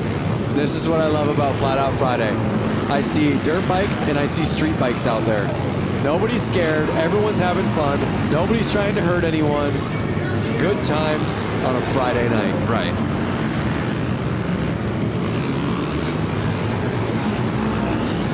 So it's Wyman still leading the way, with Megan Funk right behind her. 4 laps to go.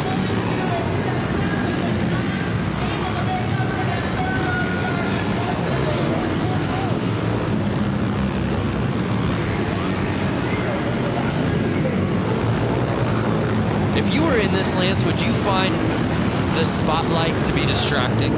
I don't mean that figuratively. I mean literally the spotlight being on the leader. Yeah, I know what you're saying. I think that you're so focused, you're so looking forward at what's going to happen next. Your mind is so in the race. The light, you're probably... Oh, no! She was trying to get that last lap pass. Hannah Lang touching tires with our leader, Wyman, holding on to the top spot. So I think that the spotlight goes unnoticed. I really do. I think your mind's so focused on the race, that's not something you're thinking about. And how about back to what we just saw? Obviously, Wyman did herself some racing there in the women's main, but Lang, who had the lead lap 1, really going for it there at the end, Lance. Hey, just like you said, you ain't first, you're last. Look at that. I say that jokingly because we never want to see anybody crash. Luckily, it looks as if the crash, she's okay.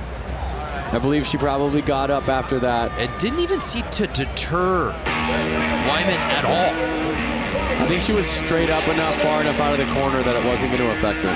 So Annie Wyman taking it in the women's main. Let's head down to Diana, who's with Annie. Annie Wyman, congratulations. You took the lead, smooth race, and someone almost knocked you down right as you're crossing the finish line for the win. How was tonight for you? Thank you so much. It was a really close race, but I had a lot of fun. It's my first one ever at Flat Out Friday. I wanted to thank my dad for taking me here and all my sponsors for helping me out. First time at Flat Out Friday must be a good luck charm. Congratulations. Wyman taking the win. Yeah, what a performance from Wyman in the women's main. Didn't have the lead early, but was able to climb the ladder, took the top spot by lap number 2, and then there was no looking back.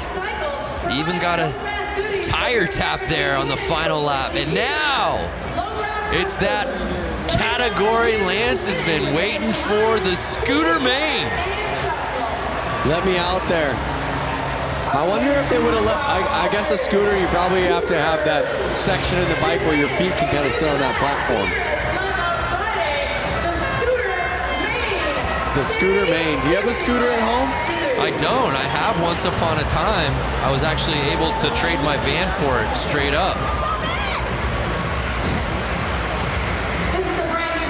So a scooter is a light two-wheeled open motor vehicle on which the driver sits over an enclosed engine with legs together and feet resting on the footboard. Look how old that Vespa is. Just a nice vintage Vespa. This is what Flat Out Friday is all about. 8 riders on scooters. And Lance, the reality is almost all of these guys have been out here for other races as well. Just bringing their scooter from home. This is the fun class. Oh, look, they were tied up. This is the fun class.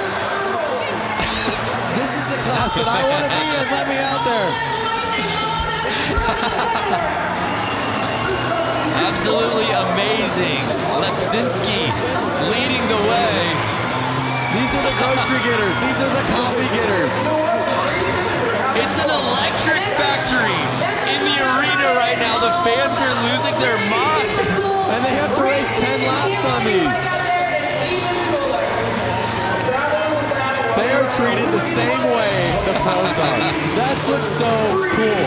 They don't take this joke class like a joke. They take it serious. They have to do the exact same amount of laps as the women main just did, as all the other mains are doing. So Lepsinski leading the way. Pickett behind him. Schwenker in third. Oh, no! Was that our guy in the Vespa? There was a guy. Oh, no! Carnage! And they're only 4 laps in. That was our leader. So now Lausch. Thomas Lausch is in first place. 5 laps to go. They're halfway through. Are we going to see any more carnage? Are they going to be able to stay up? This is any man's race. Forget about tire traction. Balance is the name of the game in this class, Lance. Well, really what happens is those floorboards on the Vespa hit the ground, which lifts the wheel off the ground and sends them I mean, out look of control. how narrow some of these front tires are. My goodness. Bicycle wheels. Oh! Right back up. A brutal tap. I'm telling you, these guys are laughing. They're all laughing in their helmets right now. And now it's Schwenker. Logan Schwenker leading the way. Will he get past? And he does. Andy Pickett. We've seen 4 lead changes. And the checkered flag comes in. And Andy Pickett on the final lap. The crowd is going wild. Taking the W. There he goes.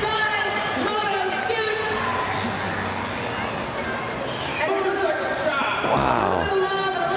I've got a grin ear to ear right now. That was amazing. Yeah, I was smiling the whole way. Oh! Tucked front end right there.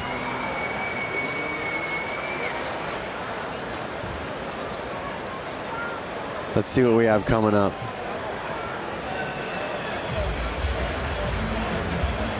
Oh! And just with so little weight between these guys' legs, it's like finding that balance. He's gonna feel that on Monday. He's gonna feel that tomorrow. A little bunny hopping across the finish line.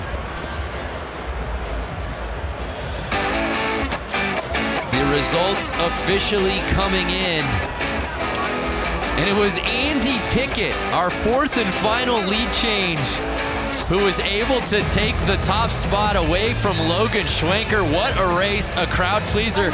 Let's send it down to Diana, who's with Andy.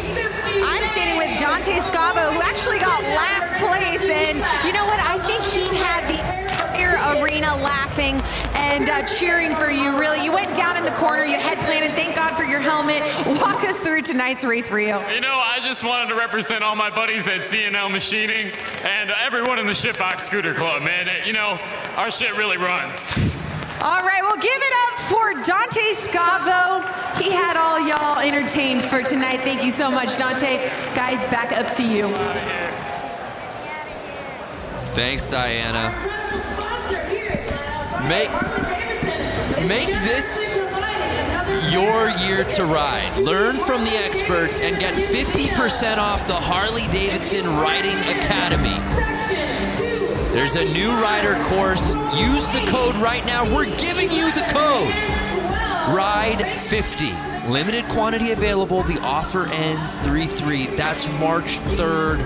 That's just 3 weeks away. Less than 3 weeks. h-d.com/learn-to-ride for more info.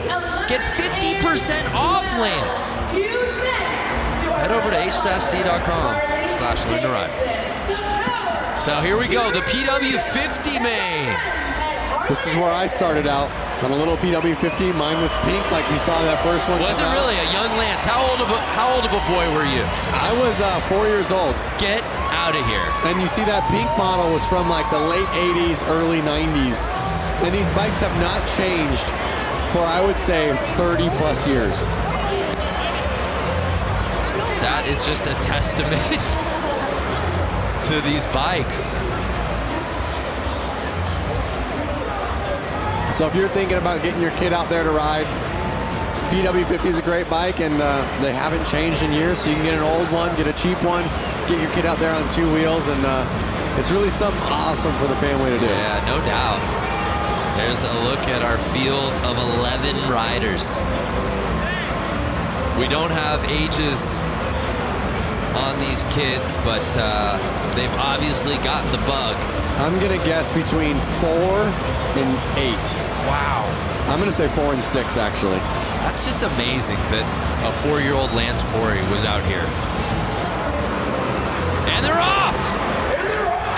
And it's the 38, Braxton Jacobson. Look at their setups. It's just like the adults. They have the carpet on the boot. They have little mini boots, mini helmets, mini chest protectors. They are kitted. And Braxton says, "Excuse me, field, I came here to do a little racing." Just getting his lap on. And Lance, he is riding at another speed out here tonight. He is riding at another speed. He's looking a little big on the bike, so I'm gonna guess he's a little bit older. But once again, he fits that bike. He's out there racing, and he's having a blast. Perfect form. And the checkered flags are out. And was there any doubt? Braxton Jacobson with a wave to the crowd. What a pro here in the PW50s.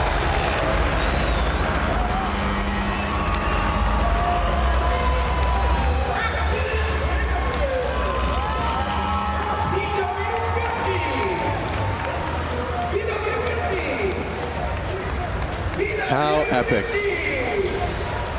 And he didn't have the inside positioning to start that race. He had to come from middle of the line there to get that hole shot. He had his eyes on the prize. That's a fact. It's so inspiring to watch this. My daughter's 2, and It definitely gets me excited to get her on a little mini motorcycle like that. You don't have yours from when you were racing it for, do you? It's got to be in a garage somewhere. I don't have it, and I regret not having the chance to keep it, but I was 4, so if my parents sold it, they probably sold it to get me a bigger bike. But you know what? Let's try something right now. If you're watching this and you bought that bike 20 years ago, get in touch with us. Just comment. At Lance Corey. Yeah. Just say, hey, I got your bike. You don't even have to sell it back. Oh, you're actually looking for the person. Yeah, with I'm looking for the original bike. Okay. Yeah. I like that. Well, it's been a great night of racing so far, and with plenty of action still to come. Let's take a moment now to get to know a very special family of riders in the Harley community in a series we like to call Beyond the Track. My wife, her name is Liz. Our first date was actually a motorcycle ride. From there, we just knew that we both loved two wheels.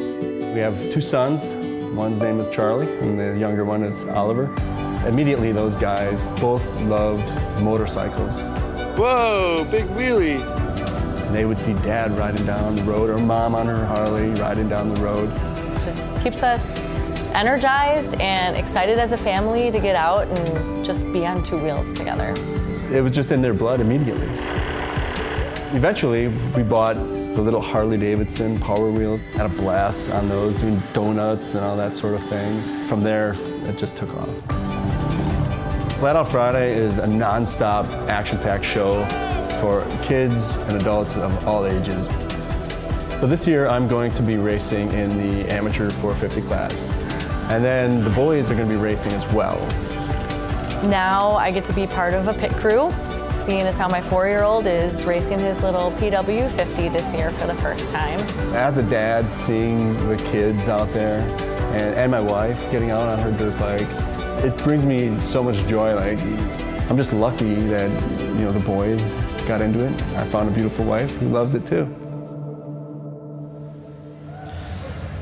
Now that is amazing, and that's what makes motorcycle racing and Flat Out Friday a truly family affair. You know, it's fitting, being in Harley-Davidson country, that Diana is joined by our next guest.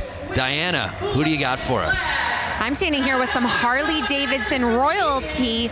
Bill Davidson, the great-grandson of William A. Davidson. It's an absolute honor to be standing here with you, especially here with the Flat Out Friday, the Mama Tried weekend. Thank you so much for coming. How has your week with Brewtown Throwdown been going so far? It has been outstanding. It's so exciting to be here tonight at Flat Out Friday.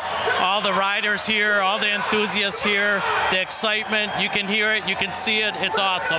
That's right. Well, you know what? We started our week off at Brewtown Throwdown. Then we head over to the museum, go to the restaurant, all that good stuff. You are the vice president of the Harley-Davidson Museum.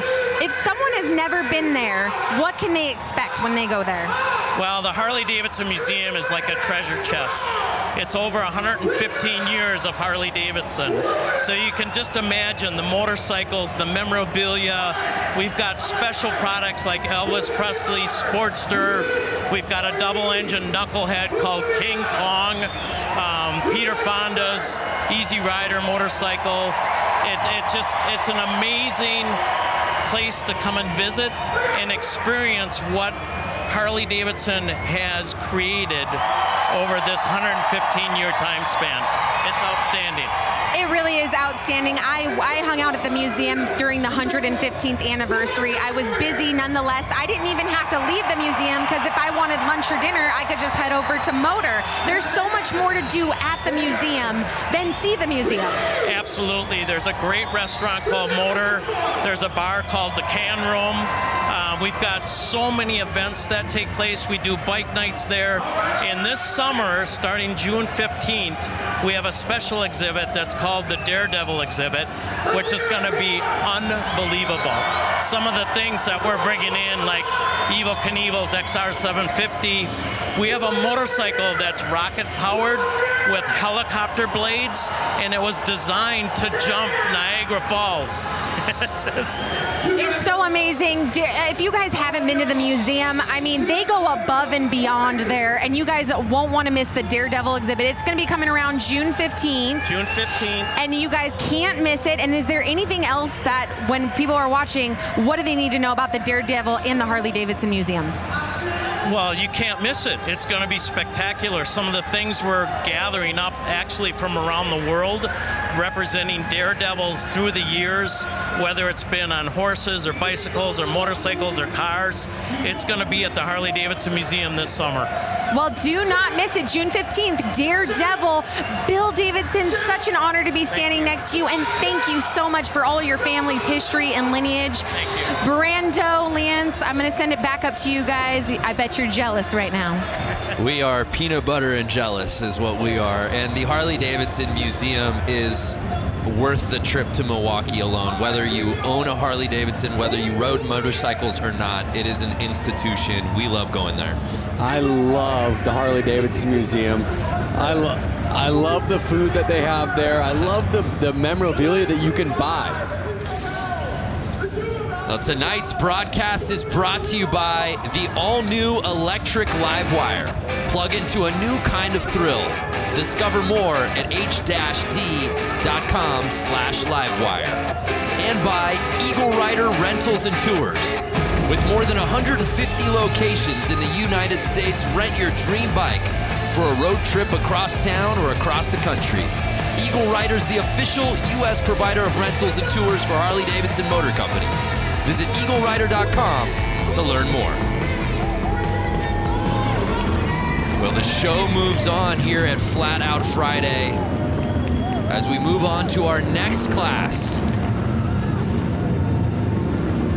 It's time for the women's hooligan main race. Let's head back down to Johnny for a little report from the course. Johnny, how you been, man? You know, just down here watching the action. You know, we got a full class of women hooligan bikes this afternoon. And to me, you know, if you look at these women, there's not many over 5'10". I'm 6 foot, and these things are 500-pound motorcycles. And even me riding them around on the street, I get, you know, intimidated. So these girls are jumping out here, and they're going to put on a show. You know, the racing's going to be really good. Throwing these bikes around like, you know, like they're mini bikes, and making some good passes. I'm excited for this. Yeah, we are too. Well said. What a sharp lineup of motorcycles, Lance. Yeah, I'm looking at the start list right now and looking at the women out there. I see a name that's familiar, Kaylin Thorian.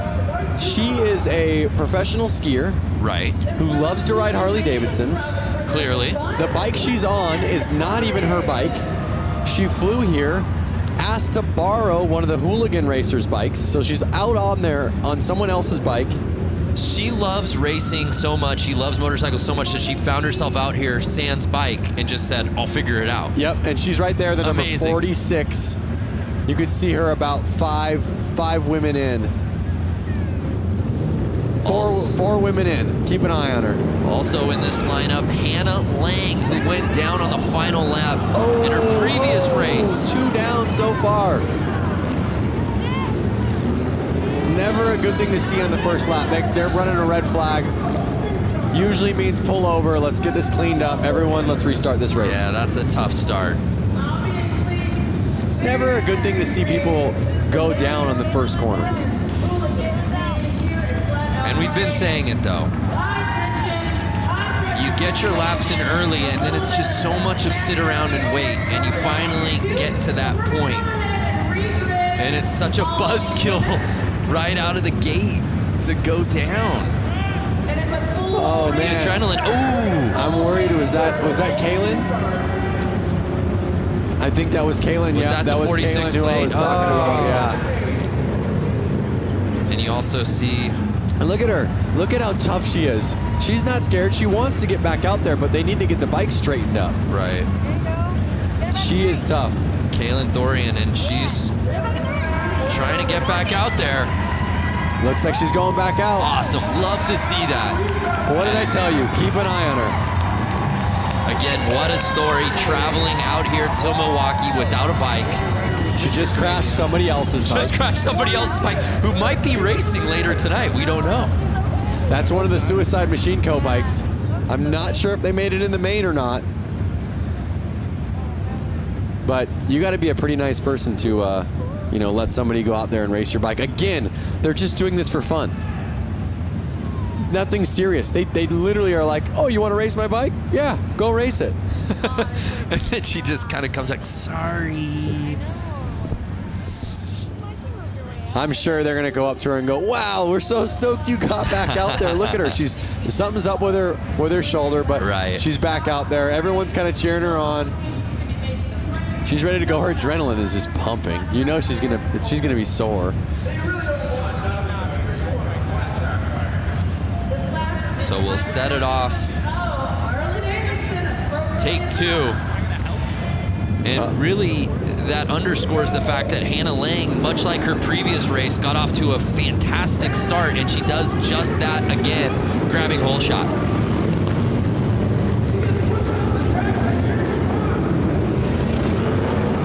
Hannah Lang looks to have qualified first, and now she's in the lead. We'll see if she can keep that fastest lap time at the front of the track. So she's holding on to the top spot, but she's on the outside. Oh! And she pushes off. That was Lassen. That was Lassen, who was right behind her. Kristen Lassen was pushing hard, but pushed a little too hard.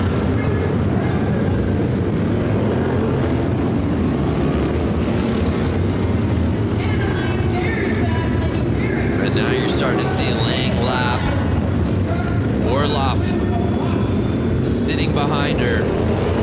But I don't know, it's still early, Lance, who's going to catch Hannah Lang?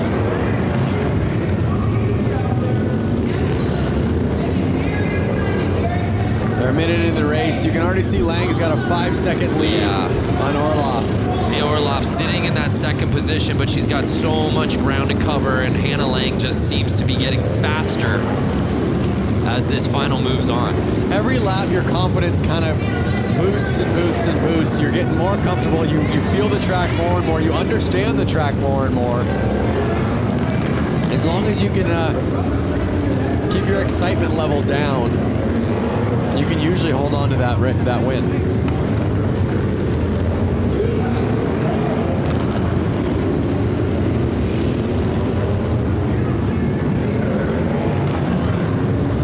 Two laps to go, Hannah Lang.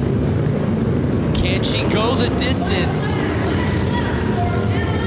and win this thing from start to finish?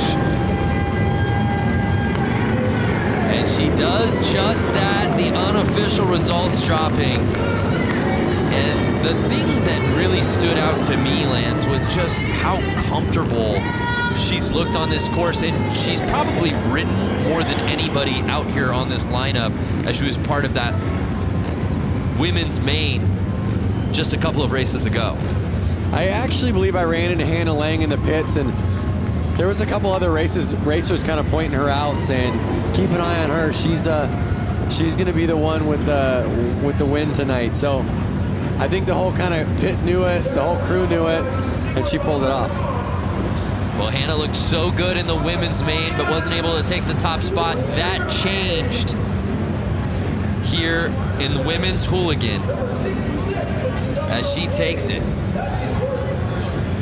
Again, got to give that street credit out to Kaylin for pulling back out there on the track after slamming down on that concrete. Yeah, so our results officially in the books here in women's hooligan. Hannah Lang fending off Leah Orloff and Mallory Lee to take the top spot. And of course, Kaylin Thorian just outside of that top 3 spot, settling for 4th.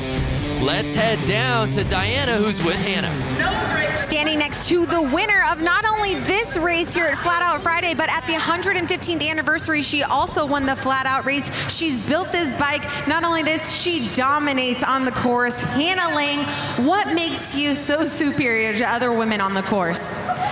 I guess I do come from a very good dirt track background, and I have a great team at Westman Harley that builds great bikes, and they helped me build this one for this year. Well, she's taking home another win. Guys, we're going to send it back up to you. Hannah Lang taking the win here tonight. Yeah, Diana reminding us of just how good she was at the 115th. Yep. Late last year. Confidence is key. So we turn our attention now to the next class. It's time for the amateur main.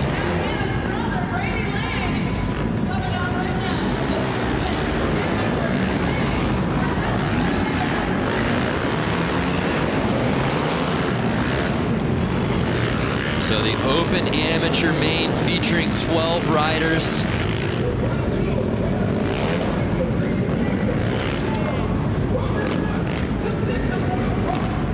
Headlined by some familiar names, including Matt Schmidt. I see number 90 of Brady Lang. I'm wondering if that's a relative. Oh yeah, of Hannah, possibly. A family of racers. Our boy Brewski, back in the mix. Ezra Brewski. I saw Cody Funk earlier racing. See him out there again.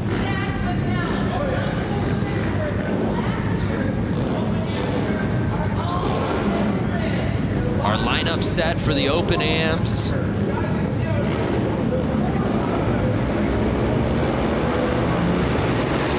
Chaz Maimon Jr. on the inside.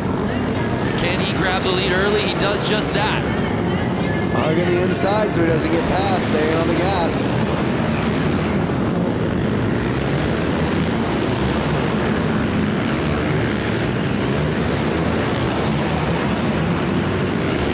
The nerves are up right now, 10 laps to go, and these guys are on the gas. They are wheel to wheel right now.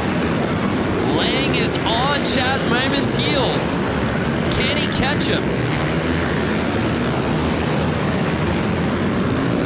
And you see him, Lance, trying to get that inside, but Maimon not giving him any room. They are not letting off. They want to pass. It's such a tight track. It's so hard to pass, but we've seen it happen. It might happen. 6 laps to go. Look at how fast this race is going. And Maimon just continues to be relentless with holding on the inside. Lang's doing everything he can to push through.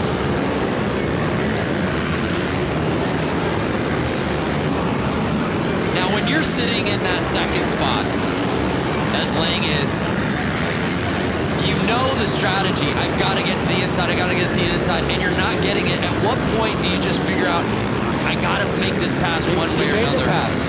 Did he make the pass? Oh, man down, rider down. He's in the lead. He made the pass. Lang made You're the right. pass. Lang is on top. Must have happened without unofficial results, and he does it. Was that the final lap that he did it? I think those results are a little off. I believe Lang pulled it. Lang is on the 90 plate. Yep. And so he sure looks like he did. Lang wins the women's class.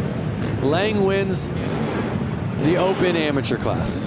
So what you're saying is when you register for these races, you should write last name Lang. What I'm saying is the Langs trained together. The Lang train. Yep. And they knew exactly what to do. There's the pass right there. Whoa. We said it. All race long, Lang was just looking for that opening. Do not give him the slightest daylight because he was going to take advantage of it. Flagger, almost down for the count.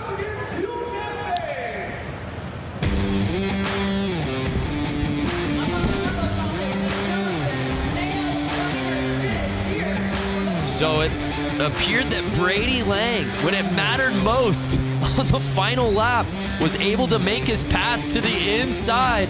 Let's send it down to Diana. Here with Brady Lang, the winner of tonight's Flat Out Friday, but he also won at the 115th anniversary. Now here he won, making a clean pass on Maimon. Walk us through what happened. Well, he was leading, I was working on him, and he screwed up and I took advantage of it. Taking advantage of it. And I know for those of you watching on Facebook Live right now, you can't hear the crowd, but you know what? That one got him good. Is there anyone that you would like to thank and also congratulate your sister, both of you guys winning here tonight? Yeah, I'd definitely like to thank Southeast Sales, West Bend Harley, Spectral Oils, Bell Helmets, Trier Distributing, Moose Racing, Promotion, and that's all I can think of for now. All right, congratulations. Another Lang on the podium. Brando, Lance, back to you. Brady Lang is an absolute gamer. Diana, next time you ask the winner, I want to know like what they had for breakfast and lunch. Were they so nervous that they could barely eat, or did they load up? Yeah, what was the meal of choice today? Were you a guy? You obviously competed at the highest level at X Games, winning gold. How about nerves? How much did that play for you on race day and contest Nerves day? were huge, and I always tried to eat a super bland meal. I would eat rice, chicken, something that I knew wasn't going to mess my stomach up. I'm sorry, Lance. We'll have to continue this thought in just a second. I'm not quite sure what's happening here. In Milwaukee, hanging out, having a great time. I brought some of my guys with us.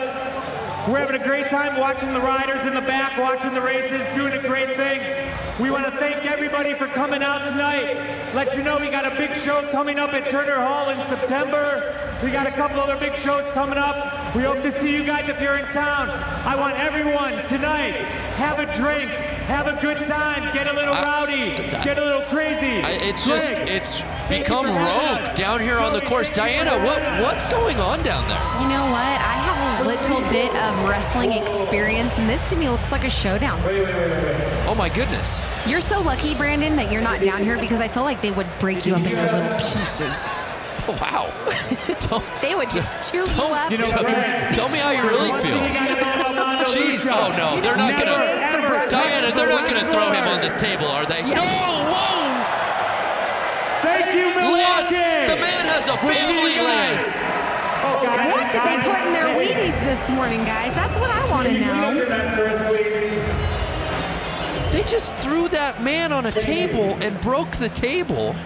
Was that Vance or Lance? Hey now, that was Lance's alter ego, Vance. You know, that's got me thinking, Diana, Lance. Obviously, these wrestler takeover. What would be your wrestling name? Diana, what would if you're wrestling? What would be your nickname? You know what? I honestly can't even answer that because I don't know. Why don't you give me a name, Brandon, right now? Give me a name. Diana. What rolls off the tongue with Diana? Dirty Diana. Okay, you said it. If you could say it, I could. That would be your walk-in music. Yes. Michael Jackson, Dirty Diana, right? I would even do the little hip thrust, you know, like little pop that he does. Woo! Ow! Lance is quiet. Look, you can't even get a word out. He's just. I was the one that went. Ooh. Oh, okay, you mean Lancelot? Lancelot. That would be, and he would be like a knight theme, like sort of a middle-aged theme, Middle Ages. Exactly what I was just gonna say. He would come out to the Lancelot music, have a sword. Girls would love him. Diane, how's it going over there? Diane, is that you? Vance and Diane, the alter egos have come out. Oh my gosh. Hey, it's time for some racing. Who's ready for Boonie Man? Boonie, the best race of the night. Boonie Mains. Lance, you love this one. Talk to us about Boonie Main. Boonie Main, basically, they got to be on a pull start bike. It's got to have no suspension. I guess they probably get a rear brake on those things. It's kind of something that you would pull out of your shed with your lawnmower motor in it. It does sound like a lot of lawnmowers.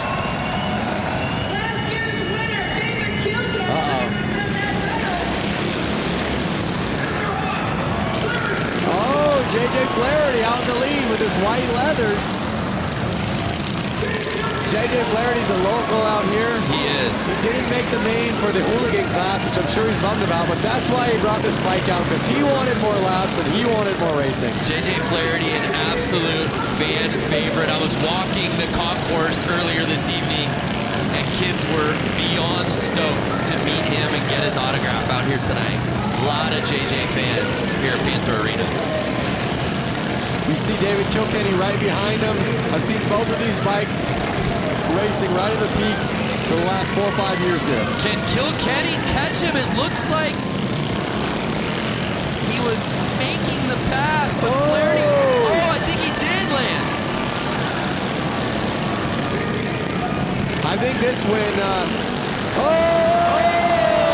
Both Kilkenny. Notice the lines they're taking. That is what's making who's going to pass. They're going outside in, passing the guy in jeans. One of the guys just needs to take the other one out. Just clean, take him out, push him over. This is the battle we've been waiting for. Kilkenny. Over the jump, the only time I've seen it used. Kilkenny versus Flaherty in the booty main. Can Flaherty get the lead back? Take him out, Flaherty. Take him out. I wish I had an earpiece right now into Flaherty's ear. Take him out. Take him out. Sweep the leg, JJ. And Kilkenny will just not let up. Final lap time. Can Flaherty regain the lead? I don't think so. Take him out. Go, go.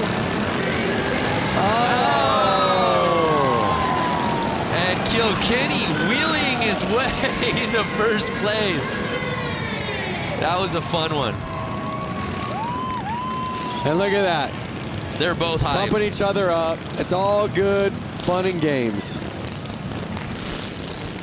I mean, this race tonight, all these races is almost like no different than meeting your friend at the park for a Friday evening basketball game. It's more just about getting out there and having fun. That they did. Oh, rubbing is racing. The Booney Main. Be nice if we got a little Gucci Mane maybe playing in arena during that race. For the Booney Main? For the Booney Main. Killing me. You're killing me. How about Flaherty looked unstoppable in that thing? But it was David Kilkenny who grabbed that lead and wouldn't let go. David Kilkenny winning Booney Main. Let's head down to Diana, who's with David. David Kilkenny dominating out here. David, you were working in and out with JJ Flaherty. Walk us through why you're so dominant over him. I don't know. I think we just ride together a lot, and I don't know. We both like to have fun on these silly little bikes. Well, why didn't you just punt him off in the corner? I don't know. I mean, I was just playing with JJ. We just kind of play back and forth, and whoever wins, wins. Well, congratulations. No stranger here to the podium. David Kilkenny taking the win here for the Booney bike. Whoever wins, wins. Isn't that the spirit of Flat Out Friday? I mean, that's the slogan right there. You're winning if you're out there. Whoever wins, wins. Shrug the shoulders. Exactly.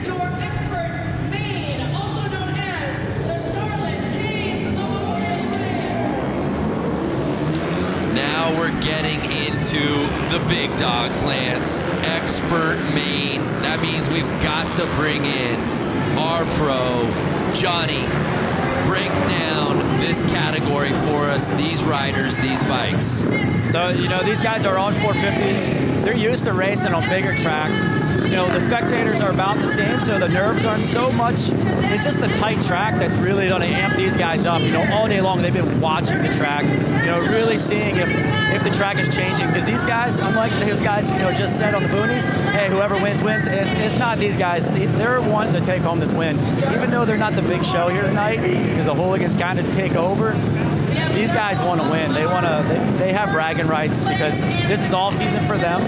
And they want to go into the season saying, hey, I won Flat Out Friday. I bumped the guy out of the way. You know, it's going to get aggressive. These guys are going to put on a good show. You know, and it's going to be a quick race. It's going to show some cool racecraft out of these guys on this racetrack.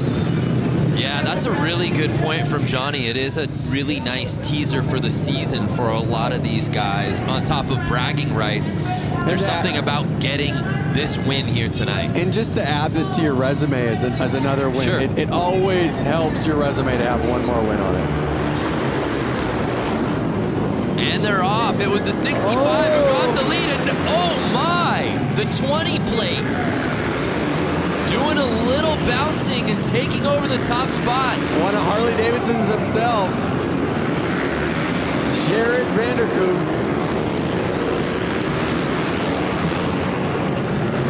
You see him. They're already getting into lap traffic. This is going to get gnarly.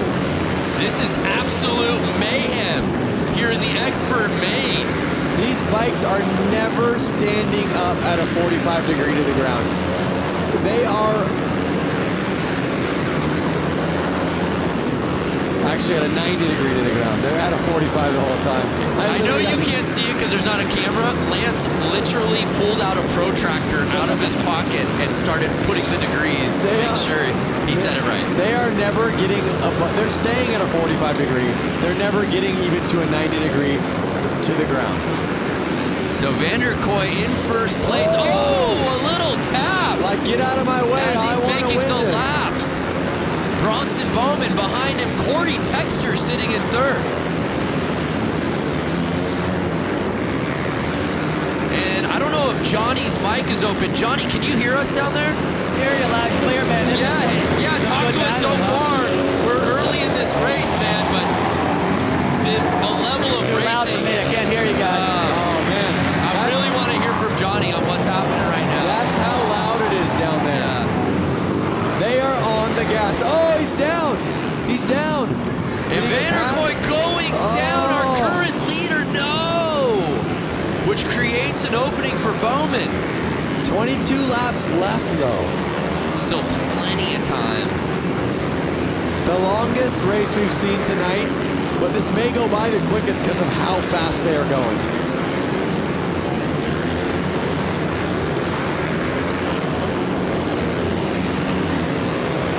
So it's Bowman still in first place, Corey Texter behind him. And you know who I don't see any side of, at least at the top, is the 69 plate, Sammy Halpert. Notice how fast these guys are changing positions right now.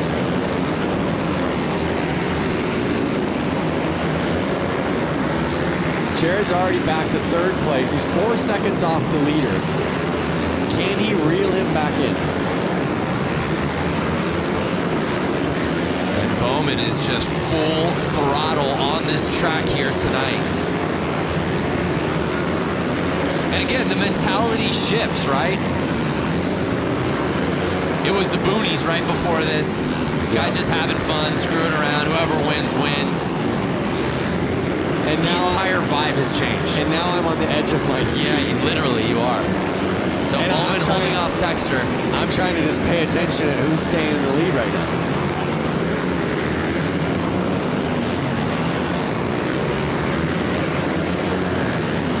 So Texter just over a second off. It's really a two-man race. Final 9 laps to go right now. Spotlight is staying on Bowman. But again, credit to Vanderkoy for getting all the way back in. Now he's sitting in third. 8 laps to go. 7 laps to go. You're right, though. In the blink of an eye, we went 25 down to 6 laps. Yep. That 1/16th track will do that to you.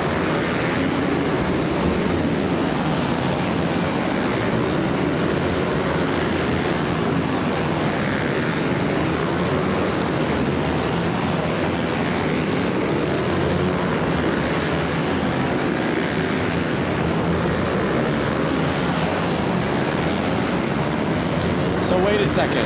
I just had a realization. 1/16th track, right? Yes, sir. So if they're riding 25 laps, they're riding right about a mile and a half. Crazy. In 4 minutes. Just think about how fast that is. That gives you a perception idea of when you go run a mile on your feet. They're riding about a mile and a half in 4 minutes. 4 minutes and 37 seconds. I was told there would be no math. And with that, Expert Main in the books. And it was Bowman who was able to hold off Corey Texter and the rest of this field. And as Johnny said, bragging rights heading into the season. Johnny, can you hear us? Now let's calm down a little bit. Yeah, that was some man. Talk to intense us. racing there. Talk to us about what went down. Sorry, I lost it there. Now I can hear you again. Yeah, Johnny, just your analysis of that race. As you said, early season bragging rights on the line. Yeah, you know, it was definitely a bar bag, and, you know, Vanderkoy just lost it there, spun out, leading the race, and then, you know, with Texter catching him, I don't know if you guys really caught on to that, but it came down close. I think, you know, if they would have had a little bit more laps, you know, that happened really fast. Our races are a little longer time, not laps, but time. Right. You know, these guys had enough energy to keep going, but it was, you know, it just ran out of time. But that was a good race. You know, you have to put up to these guys. Like, you know, they fall, but they're doing 7 seconds around this track. I don't know if you guys realize that, but it was 7 seconds of lap time with these guys. So they're traveling a lot of distance pretty quick in this little arena. The results are in, and it was Bronson taking the top spot. Jared Vanderkoy was leading early, but unfortunately going down. Still a top 3 finish, but wasn't able to win the thing outright. Let's head down to Diana, who's with our winner. Your 2-time winner, Bronson Bauman. Congratulations, capitalizing off of Vanderkoy's mistake and brought home the win. Yeah, definitely. I hate to see my best friend go down like that while leading the race. I would have been pumped with the 1 and 2, but you know, luck has it. Last year I crashed during the main event and picked it back up and got the win. So to get the win again here tonight, 2 years in a row, is awesome. Well, keeping it rubber side down with a clean line brings you on the win. Congratulations, 2nd win in a row for Flat Out Friday, Bronson Bauman. Congratulations to Bronson. That was some racing, no doubt about it. That was epic, but as you heard him say how stoked or how bummed he was for his friend, he said he would have been cool with 1 too. Right. So they kind of all have that mentality out there. And the lights are down, which can only mean one thing. It's time for some hooligans. Is it the hooligans already? This should be the open hooligan main. Wow.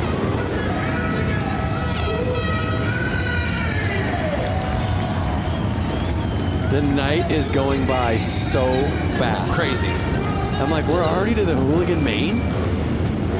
Really the foundation of Flat Out Friday.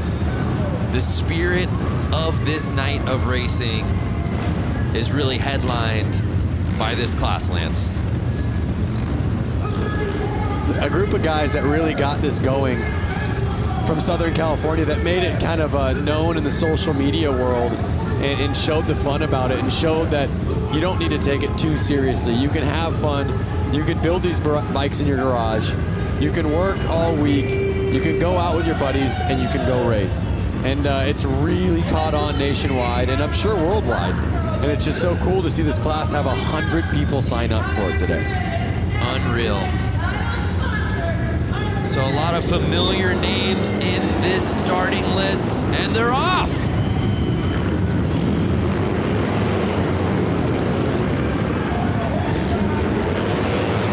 You see the 100 and Nick Mattia out in the lead right now, holding on.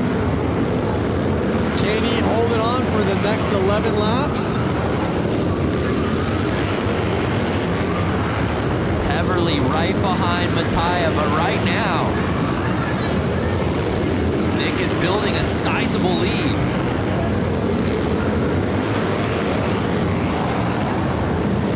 And now Mishler passing Heverly, for right behind Mattia. Can Danny Mishler bring it and try to find an opening?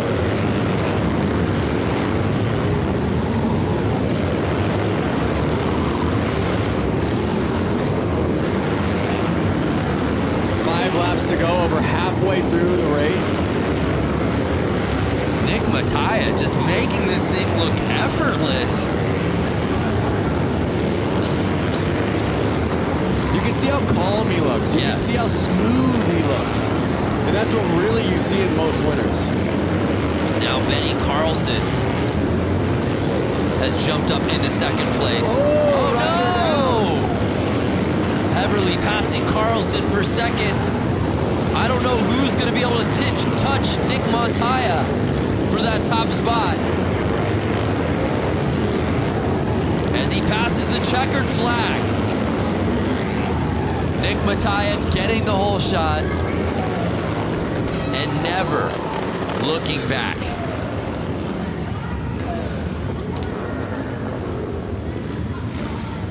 Heverly taking second, and Mishler rounding out our top three.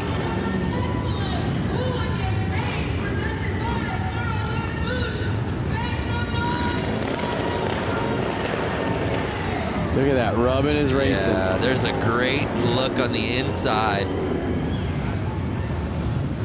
Oh, look at him riding those cones right there.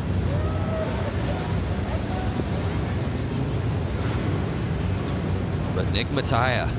Is this the crash? Look at that. Yeah. See what it is? The side of the motorcycle touches the ground, which lifts the rear wheel off the ground, losing all traction. Bike goes sliding.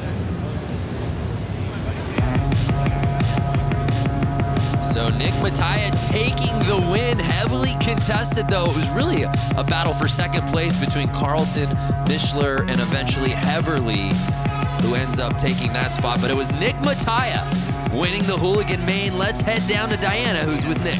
Standing with the winner, Nick Mattia, congratulations, taking the whole shot and running a clean, solid race to the finish.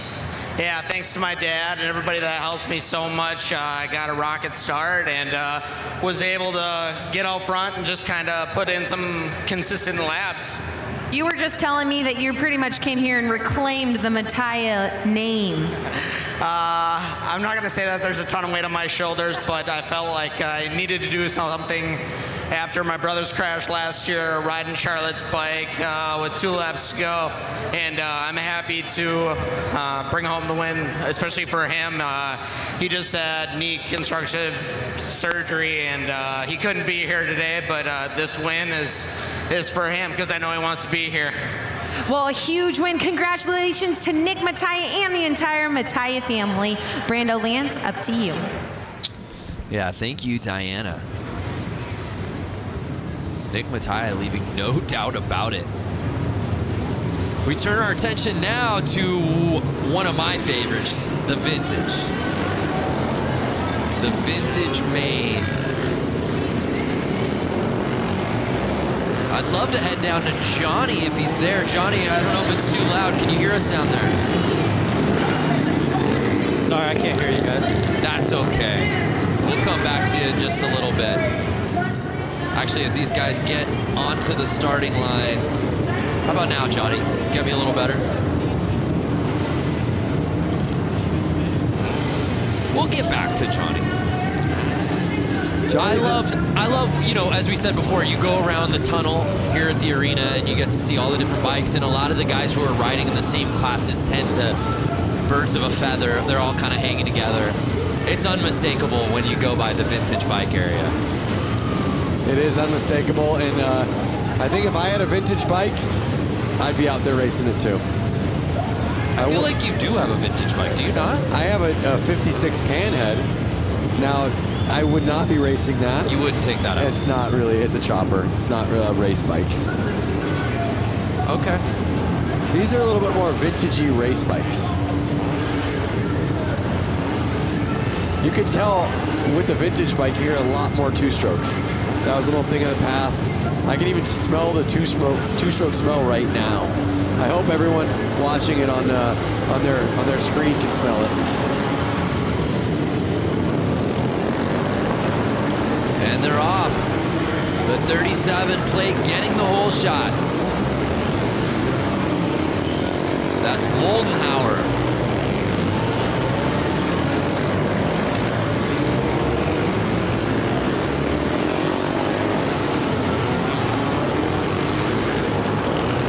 You know what was really neat, Lance, was watching this class out during the Harley-Davidson. Oh, look at that. Oh! Couple bikes down. I'm not sure if they've broken down on them. They're just not able to finish the race because of how old the bikes are. To finish that thought, the Harley-Davidson 115th anniversary races, when we did the beach race, and seeing a lot of these vintage bikes out racing on the sand. That was incredible. So Moldenhauer really just kind of weekend cruising right now to the lead. Yeah, it doesn't look like anybody.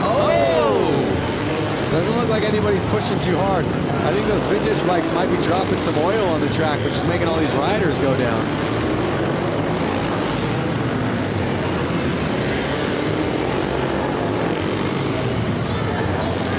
So 4 laps to go. Moldenhauer with an easy lead. Girono behind him.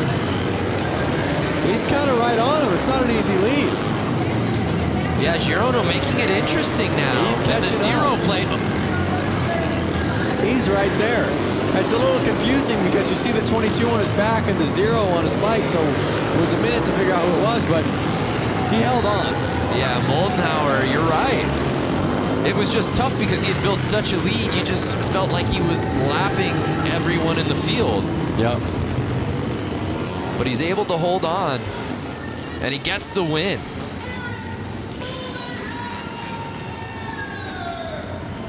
Next up's my favorite class.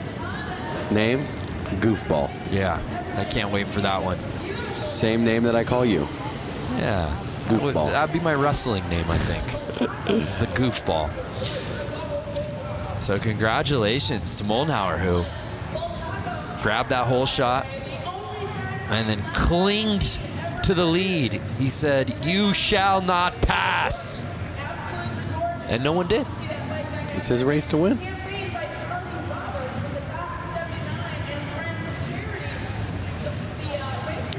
So the final results officially in. Let's take one more look at the standings from the Vintage Main. It was Eric Moldenhauer. Tony Girono, though, made it interesting. You look at those times, a lot closer than I guess I was giving Tony credit for throughout that race. But let's head down to Diana, who's with Eric. Standing with the winner, Eric Moldenhauer. Now, Eric and I were just talking, and this is a pretty special moment for him because he came to Flat Out Friday about 6 years ago, the first ever Flat Out Friday, and it motivated you to come out here and race. Talk to us about it. Well, the first time I watched this, I was sitting right over there, and I thought I can do that. So here I am. That's a pretty special story, and you're sending the message to anyone in the stands tonight. Any of you guys watching through the world on Facebook Live right now, you too can come here and you can win a race. Motivated, how was that race for you? It was the best race I've ever had, so that was amazing. All right, well, congratulations taking the win in the vintage class, Eric Moldenhauer. Thank you, Diana. Tonight's broadcast is brought to you by Screamin' Eagle Performance, engineered for specific torque and horsepower gains. Eliminate the guesswork. Go to screamin'eagle.com. And by Harley-Davidson Riding Academy. Learn to ride from the experts and build your skills on 2 wheels in just a few days. Look for a class near you at h-d.com/learn-to-ride. I love the Harley-Davidson Riding Academy. You could literally find this in any city in the country. Oh my goodness. We've got a chicken on the course. When you see it, you know it's time for the Goofball Main. If that bike in particular looks familiar, it should. I believe that's the cop bike that won this class last year. And was a pizza bike at one year. Yeah. That team comes out pretty strong every year with a pretty rad build. So for the uninitiated, this is our final class of the evening, the Goofball Main. Costumes on the riders, bikes dressed accordingly. I believe I see a Devo member out there. What would you call that with the red cap on him? Yeah, that's Devo. What's Devo? You don't know Devo? No. Please explain to me and the viewers that don't know. Do do do do do. You know the band that sings that song? Yeah. Whip It Good? Yeah. Yeah. That's what they wore. That's the costume. Oh, okay. Yeah. I didn't know that. Oh, did you think that was like such a nuanced thing that only I knew? I have no idea. I see a gorilla out there. I see 2 gorillas. Okay, well, yeah, I see. Was that it looked like Animal from the Muppets. That guy's like in like a Elton John Vegas show, and then the farmer on the chicken. And how about the back line? I feel like I see an abominable snowman. And they're off. Whoa! Oh! And it's the boa. The Vegas boa. Yeah, baby. Zastro. Look at him popping wheelies every lap. He thinks he's got it. Well, he's got 14 laps to go, so he better keep it safe. Dude, I'm getting a very 70s Elton John look to Zastro, who's in our lead.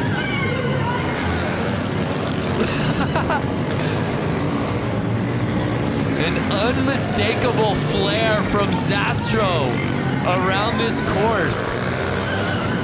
Oh, the chicken! The chicken hit the ground. The farmer could not control his chicken. What's the three-wheeler doing? Chicken's down. Elvis is running it. Who's going to catch the boas? As he's making his laps. Nine laps to go. I'm kind of hoping he makes somewhat of a mistake so somebody catches up to him. I just hope that he does win it so we can ask Diana during the winner's interview what exactly he's going for on this look. I want that lawnmower. Hey, Diana, can you hear us? I can hear you. I think what I am going to be asking him is just, was Elton his inspiration? I think he's going to say yes. But you know what? I really do have to give a shout out to the guy who's in the red jumpsuit, the number 77, John Dunbar. He actually works for Harley-Davidson, and he has this little boonie bike that he basically contrapted together. It almost looks like it has a sidecar.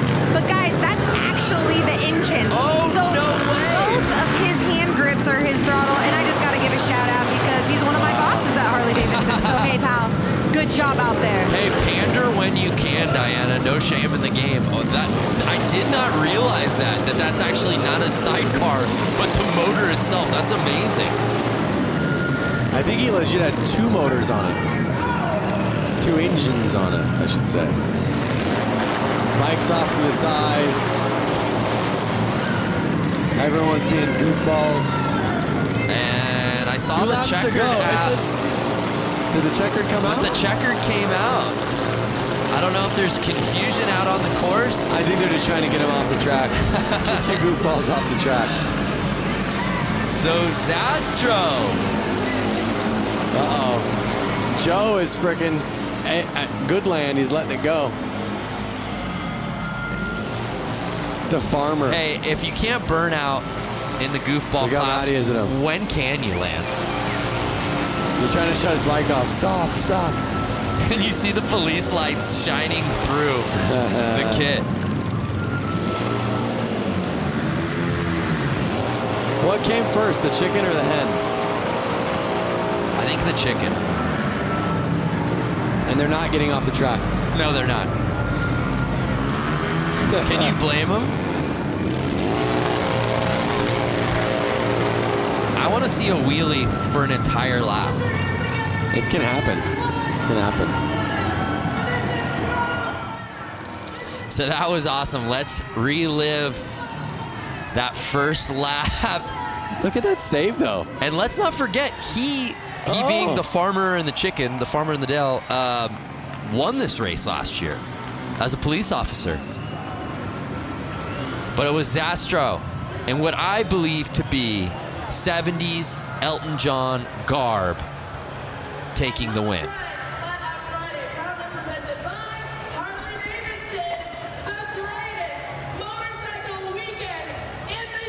And again, you would wonder if the boas, just like tassels on some of the previous drivers, would inhibit the speed. It didn't do it at all. Look at how many guys are trying to stop Farmer from doing burnouts. Well, let's send it down to Diana, who's with our winner.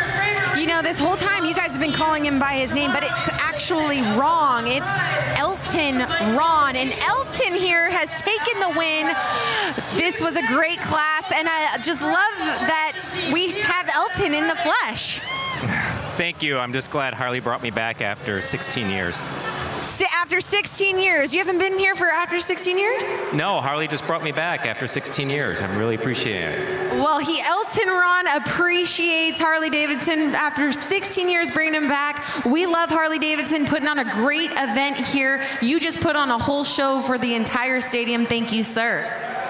Thank you. I'd like to thank Andy Mock from Motoscoot. He completely did this. I just got back in town. The people that put this on, obviously, and Mike Pence, too. Awesome. Well, congratulations, Elton Ron, taking the win here for the Goofballs. I love it because Ron Zastro got the whole shot, got the lead, and then immediately went wheels up and just wanted to have a good time through that first lap. I just wanted one note from Elton Ron. Just one hit. Just one Rocket Man. Yeah. Rocket Man.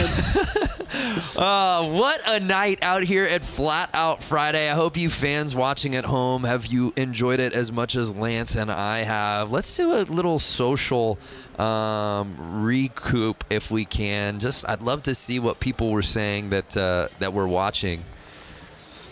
Ride with Peaks, 2:22 in the UK, and I'm hooked. This is amazing. Flat Out Friday. Please put my tweet on the Jumbotron. I love racing. That's all I ever wanted. Well, Cold Cucumber. I don't know if it got on the Tron, but you got on the screen on the big show, baby. It's madness here in Milwaukee. Yeah, yes it was. It smells like fast bike bulls in here. What a night of It's racing. been so much fun, Lance. Hey, let's head down to Johnny for his final thoughts on the night. Johnny, you made your broadcast debut. What'd you think of your first Flat Out Friday on the microphone? Wow, man, that was. I think that was the way to end a night. The racing all night long was incredible. I don't even know what to call that. I don't know if it was a race or just, it definitely fits the Flat Out Friday motto, And then this isn't even the end of the weekend, All these guys here tonight watching and hanging out, there's still bike shows and all this other stuff going on. So, man, for this event, come here to see the racing, let alone like having pros and the hooligans, having 100 hooligans split in between 3 classes. Now this event is just taking that racing to a whole different level in the wintertime when it's 10 degrees outside. This was an amazing event. Yeah, it didn't feel like 10 degrees inside. Thank you, Johnny. How about Diana Dahlgren, your final thoughts? What's your takeaway from Flat Out Friday 2019? You know what? Flat Out Friday 2019 was epic. And not only that, the whole week and the weekend continues after this. Lance and I, we got to do this amazing bike build-off. We went head-to-head for Brewtown Throwdown. And you guys, the fans, are going to be able to vote come Sunday. Social channels are going to be lit up with our 2 Harleys that we got to build here in Milwaukee this week. You guys are going to have to vote for Team Super Bob. No Vance, you're not gonna win with Team Quick and Sleazy Easy Cheesy.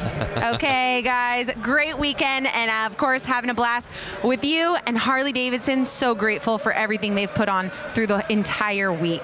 Thank you, Diana. Look at that, a shot across the bow to you. Go Quick and Easy. Vote for the red bike. Quick and Easy. Let's win, baby. So Lance, Corey, it was an amazing night. So many different classes. What stood out to you here on Flat Out Friday? I mean, being a dad myself, what stood out to me was honestly seeing the kids on the bicycles and seeing the kids on the PW50s. And again, they got to race and ride on the same track some of the leading class pros are racing on tonight. What an evening. So much good stuff. Our thanks to our friends at Harley-Davidson. For Diana Dahlgren, Johnny Lewis, Lance Corey, I'm Brandon Graham saying thank you so much for watching Flat Out Friday here from Milwaukee, Wisconsin.